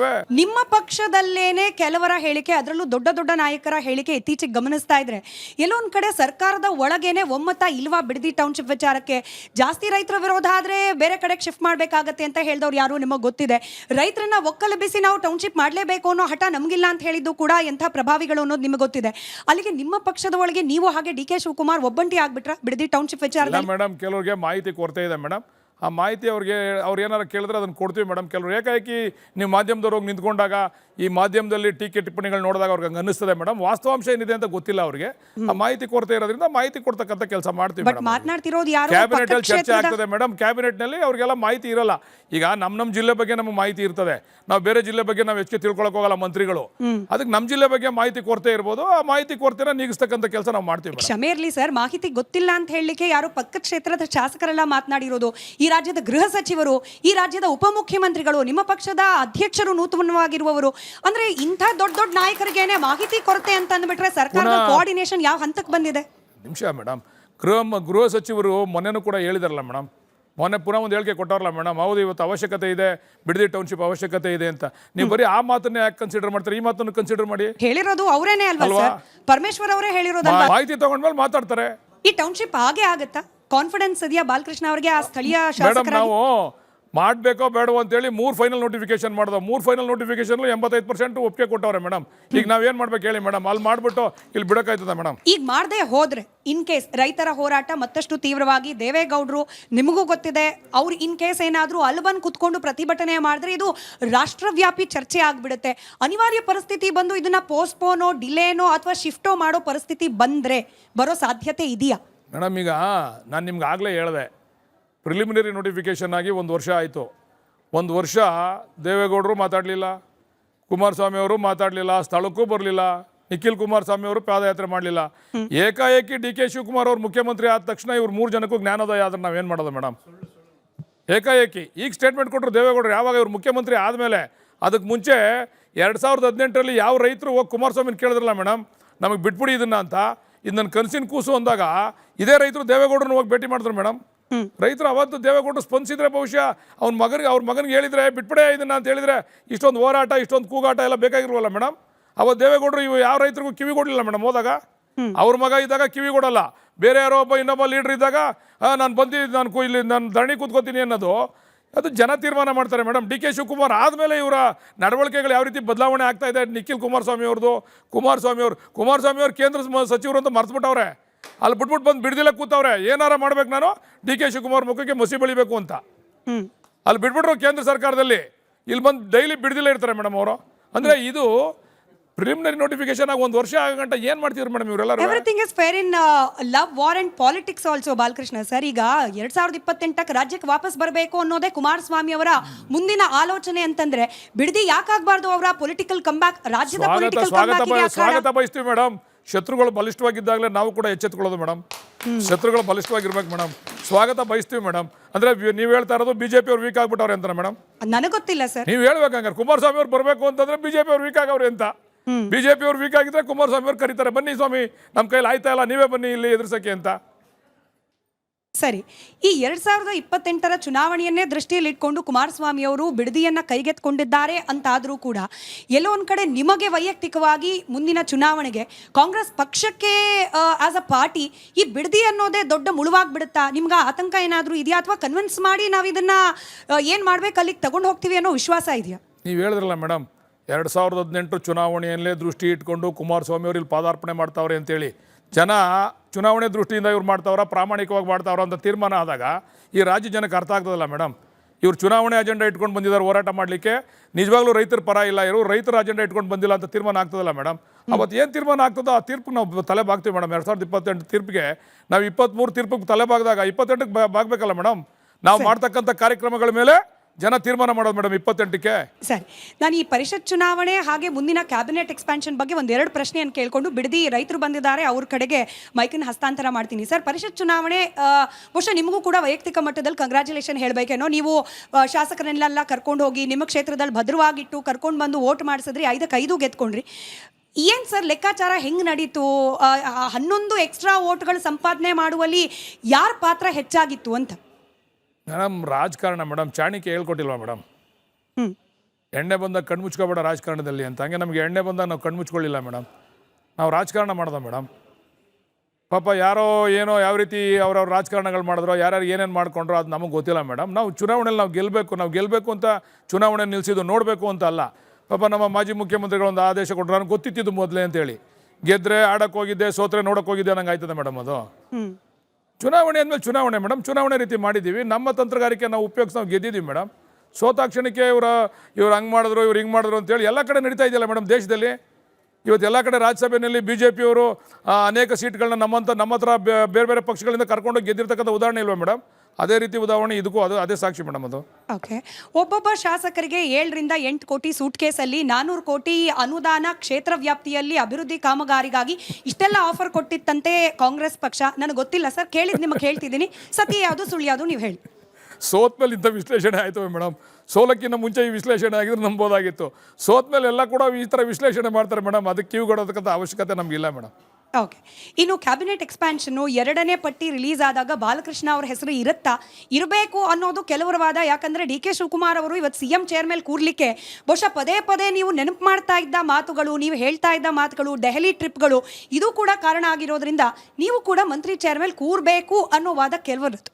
ನೀವು ಕುಮಾರಸ್ವಾಮಿ ಅವ್ರ ಸ್ಟೇಟ್ಮೆಂಟ್ ಮುಖ್ಯಮಂತ್ರಿ ಆಗಿದ್ದ ಕೇಳಿದ್ರೆ ಮೇಡಮ್, ಯಡಿಯೂರಪ್ಪನವ್ರಿಗೂ ಅವ್ರಿಗೂ ವಾಗ್ವಾದ ನಡೆದಾಗ ನನ್ನ ಯಾರು ಮುಖ್ಯಮಂತ್ರಿ ಮಾಡಲಿಲ್ಲ, ನನ್ನ ಜೊತೆ ಅವತ್ತಿದ್ದವ್ರು ನನ್ನ ಸ್ನೇಹಿತರುಗಳು, ಇದೇ ಚಲುವರಾಯ ಸ್ವಾಮಿ, ಇದೇ ಬಾಲಕೃಷ್ಣ, ಇದೇ ಪುಟ್ಟಣ್ಣ, ಇದೇ ಜಮೀರ್ ಅಹಮದ್ ಖಾನ್ ಅವರು ಅಂತೇಳಿ ಹೇಳಿದಾಗ ಆ ಮುಖ್ಯಮಂತ್ರಿನ ಮಾಡಿದಾಗ ಆ ಮುಖ್ಯಮಂತ್ರಿನ ನನ್ನ ಮಂತ್ರಿ ಮಾಡ್ಬೋದಾಗಿತ್ತಲ್ಲ ಮೇಡಮ್. ಮಾಡ್ಬೋದಾಗಿತ್ತಲ್ಲ ಮೇಡಮ್. ಆ ಮುಖ್ಯಮಂತ್ರಿ ನಾವು ಯಾರನ್ನ ಮುಖ್ಯಮಂತ್ರಿ ಮಾಡೋದಲ್ಲ ಮೇಡಮ್, ಅವ್ರಿಗೆ ಅಷ್ಟೊಂದು ನನ್ನ ಬಗ್ಗೆ ವಿಶ್ವಾಸ ಪ್ರೀತಿ ಇದೆ, ಮಾಡ್ಬೋದಾಗಿತ್ತಲ್ಲ ಮೇಡಮ್.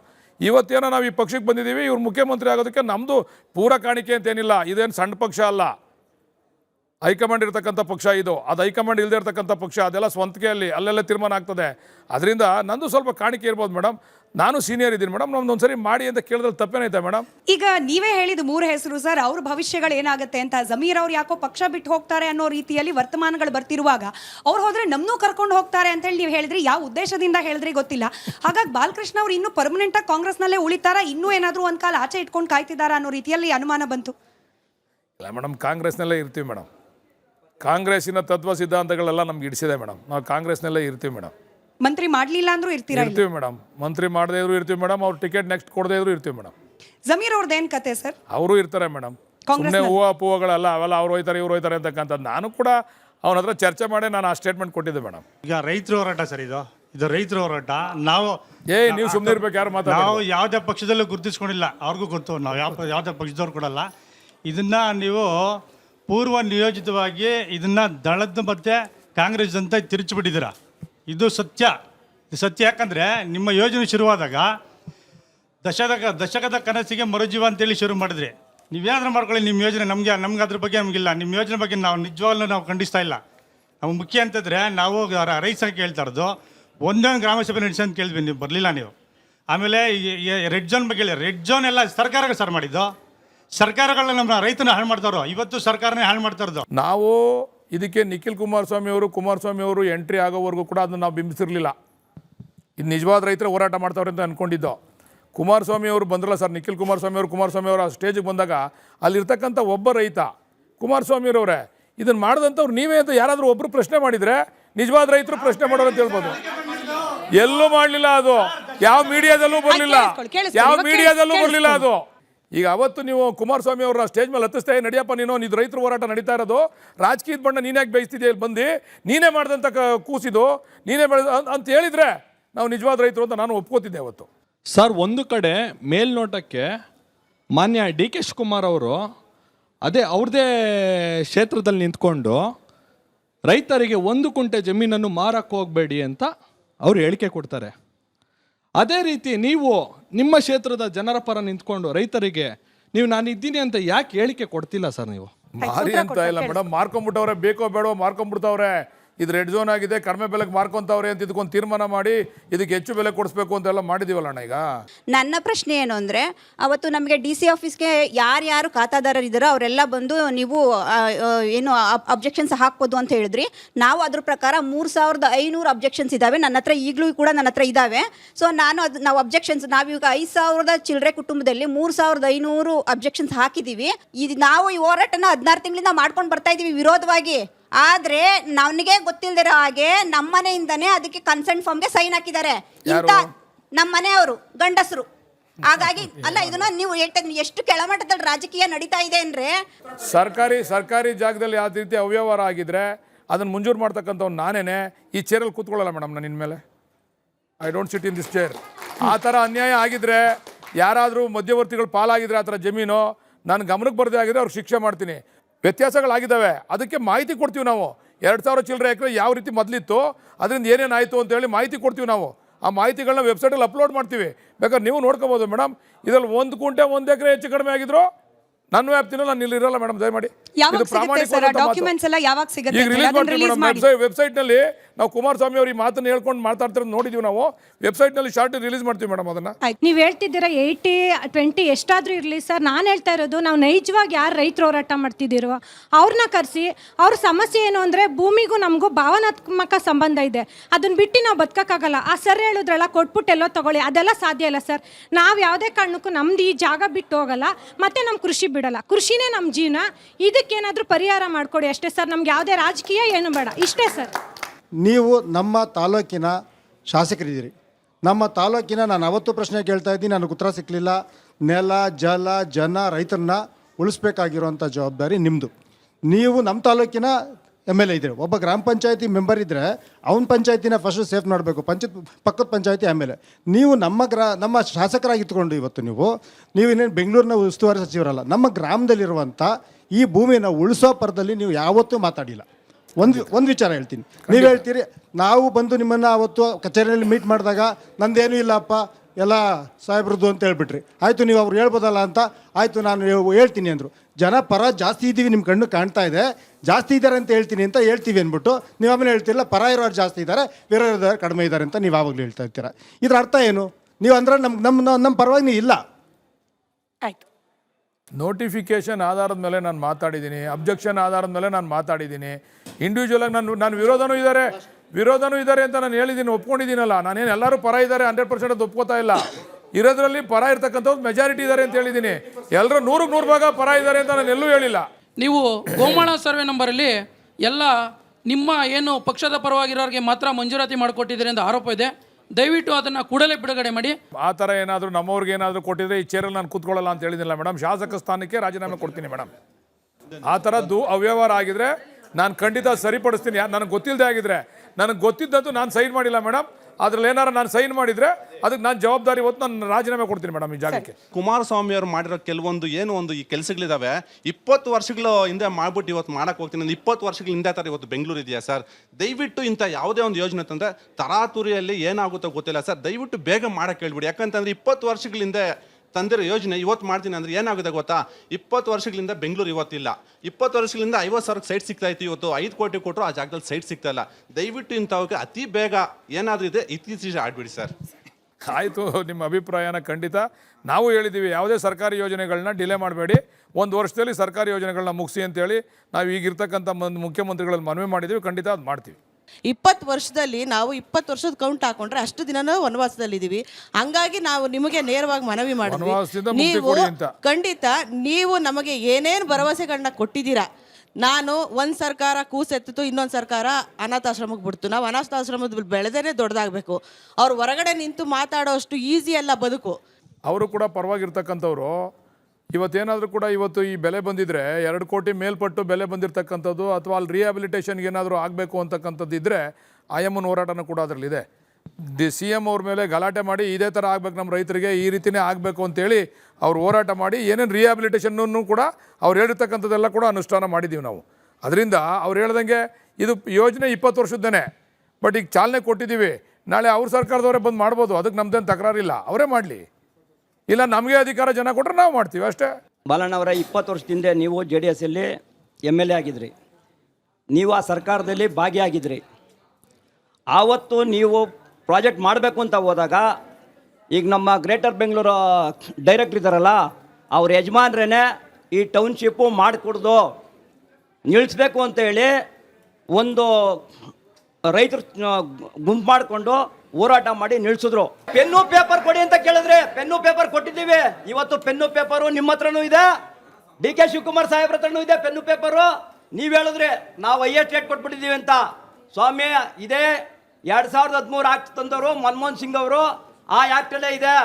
ನೀವು 3 ಕಿಲೋಮೀಟರ್ ರೇಡಿಯೇಷನಲ್ಲಿ ಹೈಯೆಸ್ಟ್ ಏನು ರೇಟ್ ಇದೆ ಅದನ್ನು ಕೊಡಬೇಕು ಅಂತ ನೀವು ಕನ್ನಡದಲ್ಲೇ ಇದೆ, ತೆಗೆದು ನೋಡಿ. ರೈತರಿಗೆ ಬೇಕಾಗಿರೋದು ಪರಿಹಾರ ಸರ್. ವಿಧಾನಸೌಧಕ್ಕೆ ಅವ್ರು ಬರ್ತಾರೋ ಹೋರಾಟ ಮಾಡ್ತಾ ಇರ್ತಕ್ಕಂಥ ರೈತರು ನಮಗೆ ಮತ್ತೊಮ್ಮೆ ನಮಗೆ ರೇಟಿನ ಬಗ್ಗೆ ಅವಕಾಶ ಮಾಡಿಕೊಡಿ ಅಂತ ಕೇಳಿದಾರೆ ಅವರು. ಅವ್ರಿಗೆ ಅವಕಾಶ ಮಾಡಿಕೊಡ್ತೀವಿ. ನೀವು 21 ಜನ ಕರ್ಕೊಂಬನ್ನಿ, ನಾವು CM ಲಿಂಗಪ್ಪನವರ ನೇತೃತ್ವದಲ್ಲಿ ಅಲ್ಲಿ ಮೀಟಿಂಗ್ ಮಾಡ್ತೀವಿ. ಅವ್ರು ಹೇಳ್ದಂಗೆ ನಾವು ಒಪ್ಕೊಂಡಿದ್ದೀವಿ ಮೇಡಮ್, ಕರೆಸ್ತೀವಿ. ಬಾಲಣ್ಣವರೇ, ಇವಾಗ ಯಾರ ಪರನೂ ಬಂದಿಲ್ಲ ಇಲ್ಲಿ, ಎಲ್ಲ ರೈತರ ಪರನೇ. ನೀವು ರೈತರೇನೆ. ನಾವು ಕೇಳ್ಕೊಳ್ಳೋದು ಇಷ್ಟೇ, ಅಧಿಕಾರ ನಿಮ್ ಕೈ. ನಾವು ಮೆರವೇಗೌಡನ ದೊಡ್ಡಿ.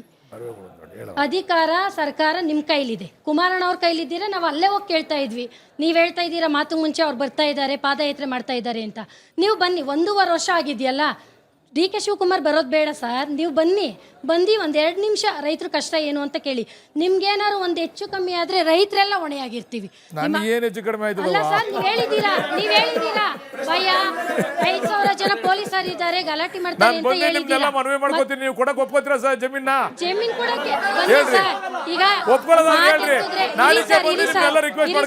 ಅಣ್ಣ, ಈಗ 80% ಇರಿ ಅಣ್ಣ, 80% ಅಂತ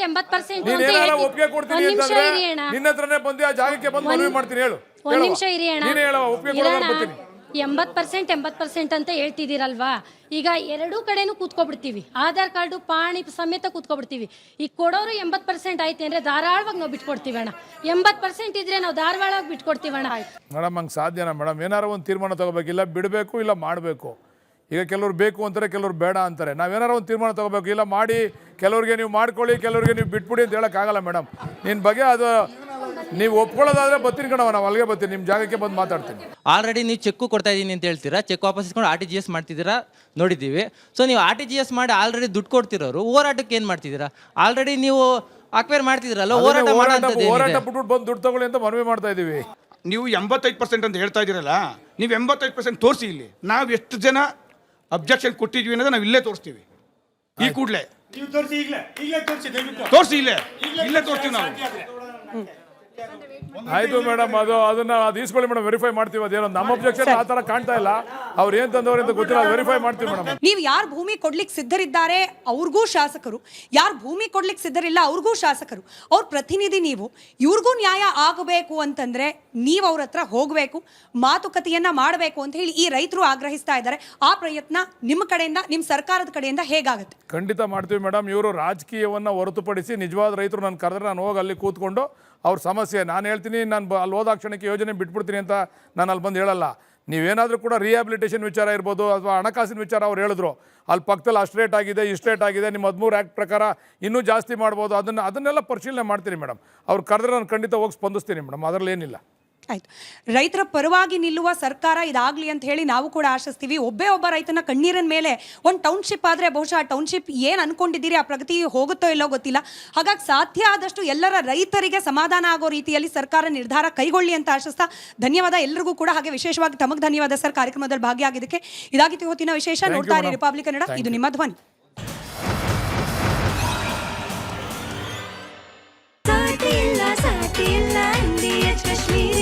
ಅರೆ ಕಡಿಮೆ ಹಾಕು ಆದ್ರೆ ಅಸಲಿ ಹಾಕು. MDH ಕಾಶ್ಮೀರಿ ಕೆಂಪು ಮೆಣಸಿನ ಪೌಡರ್.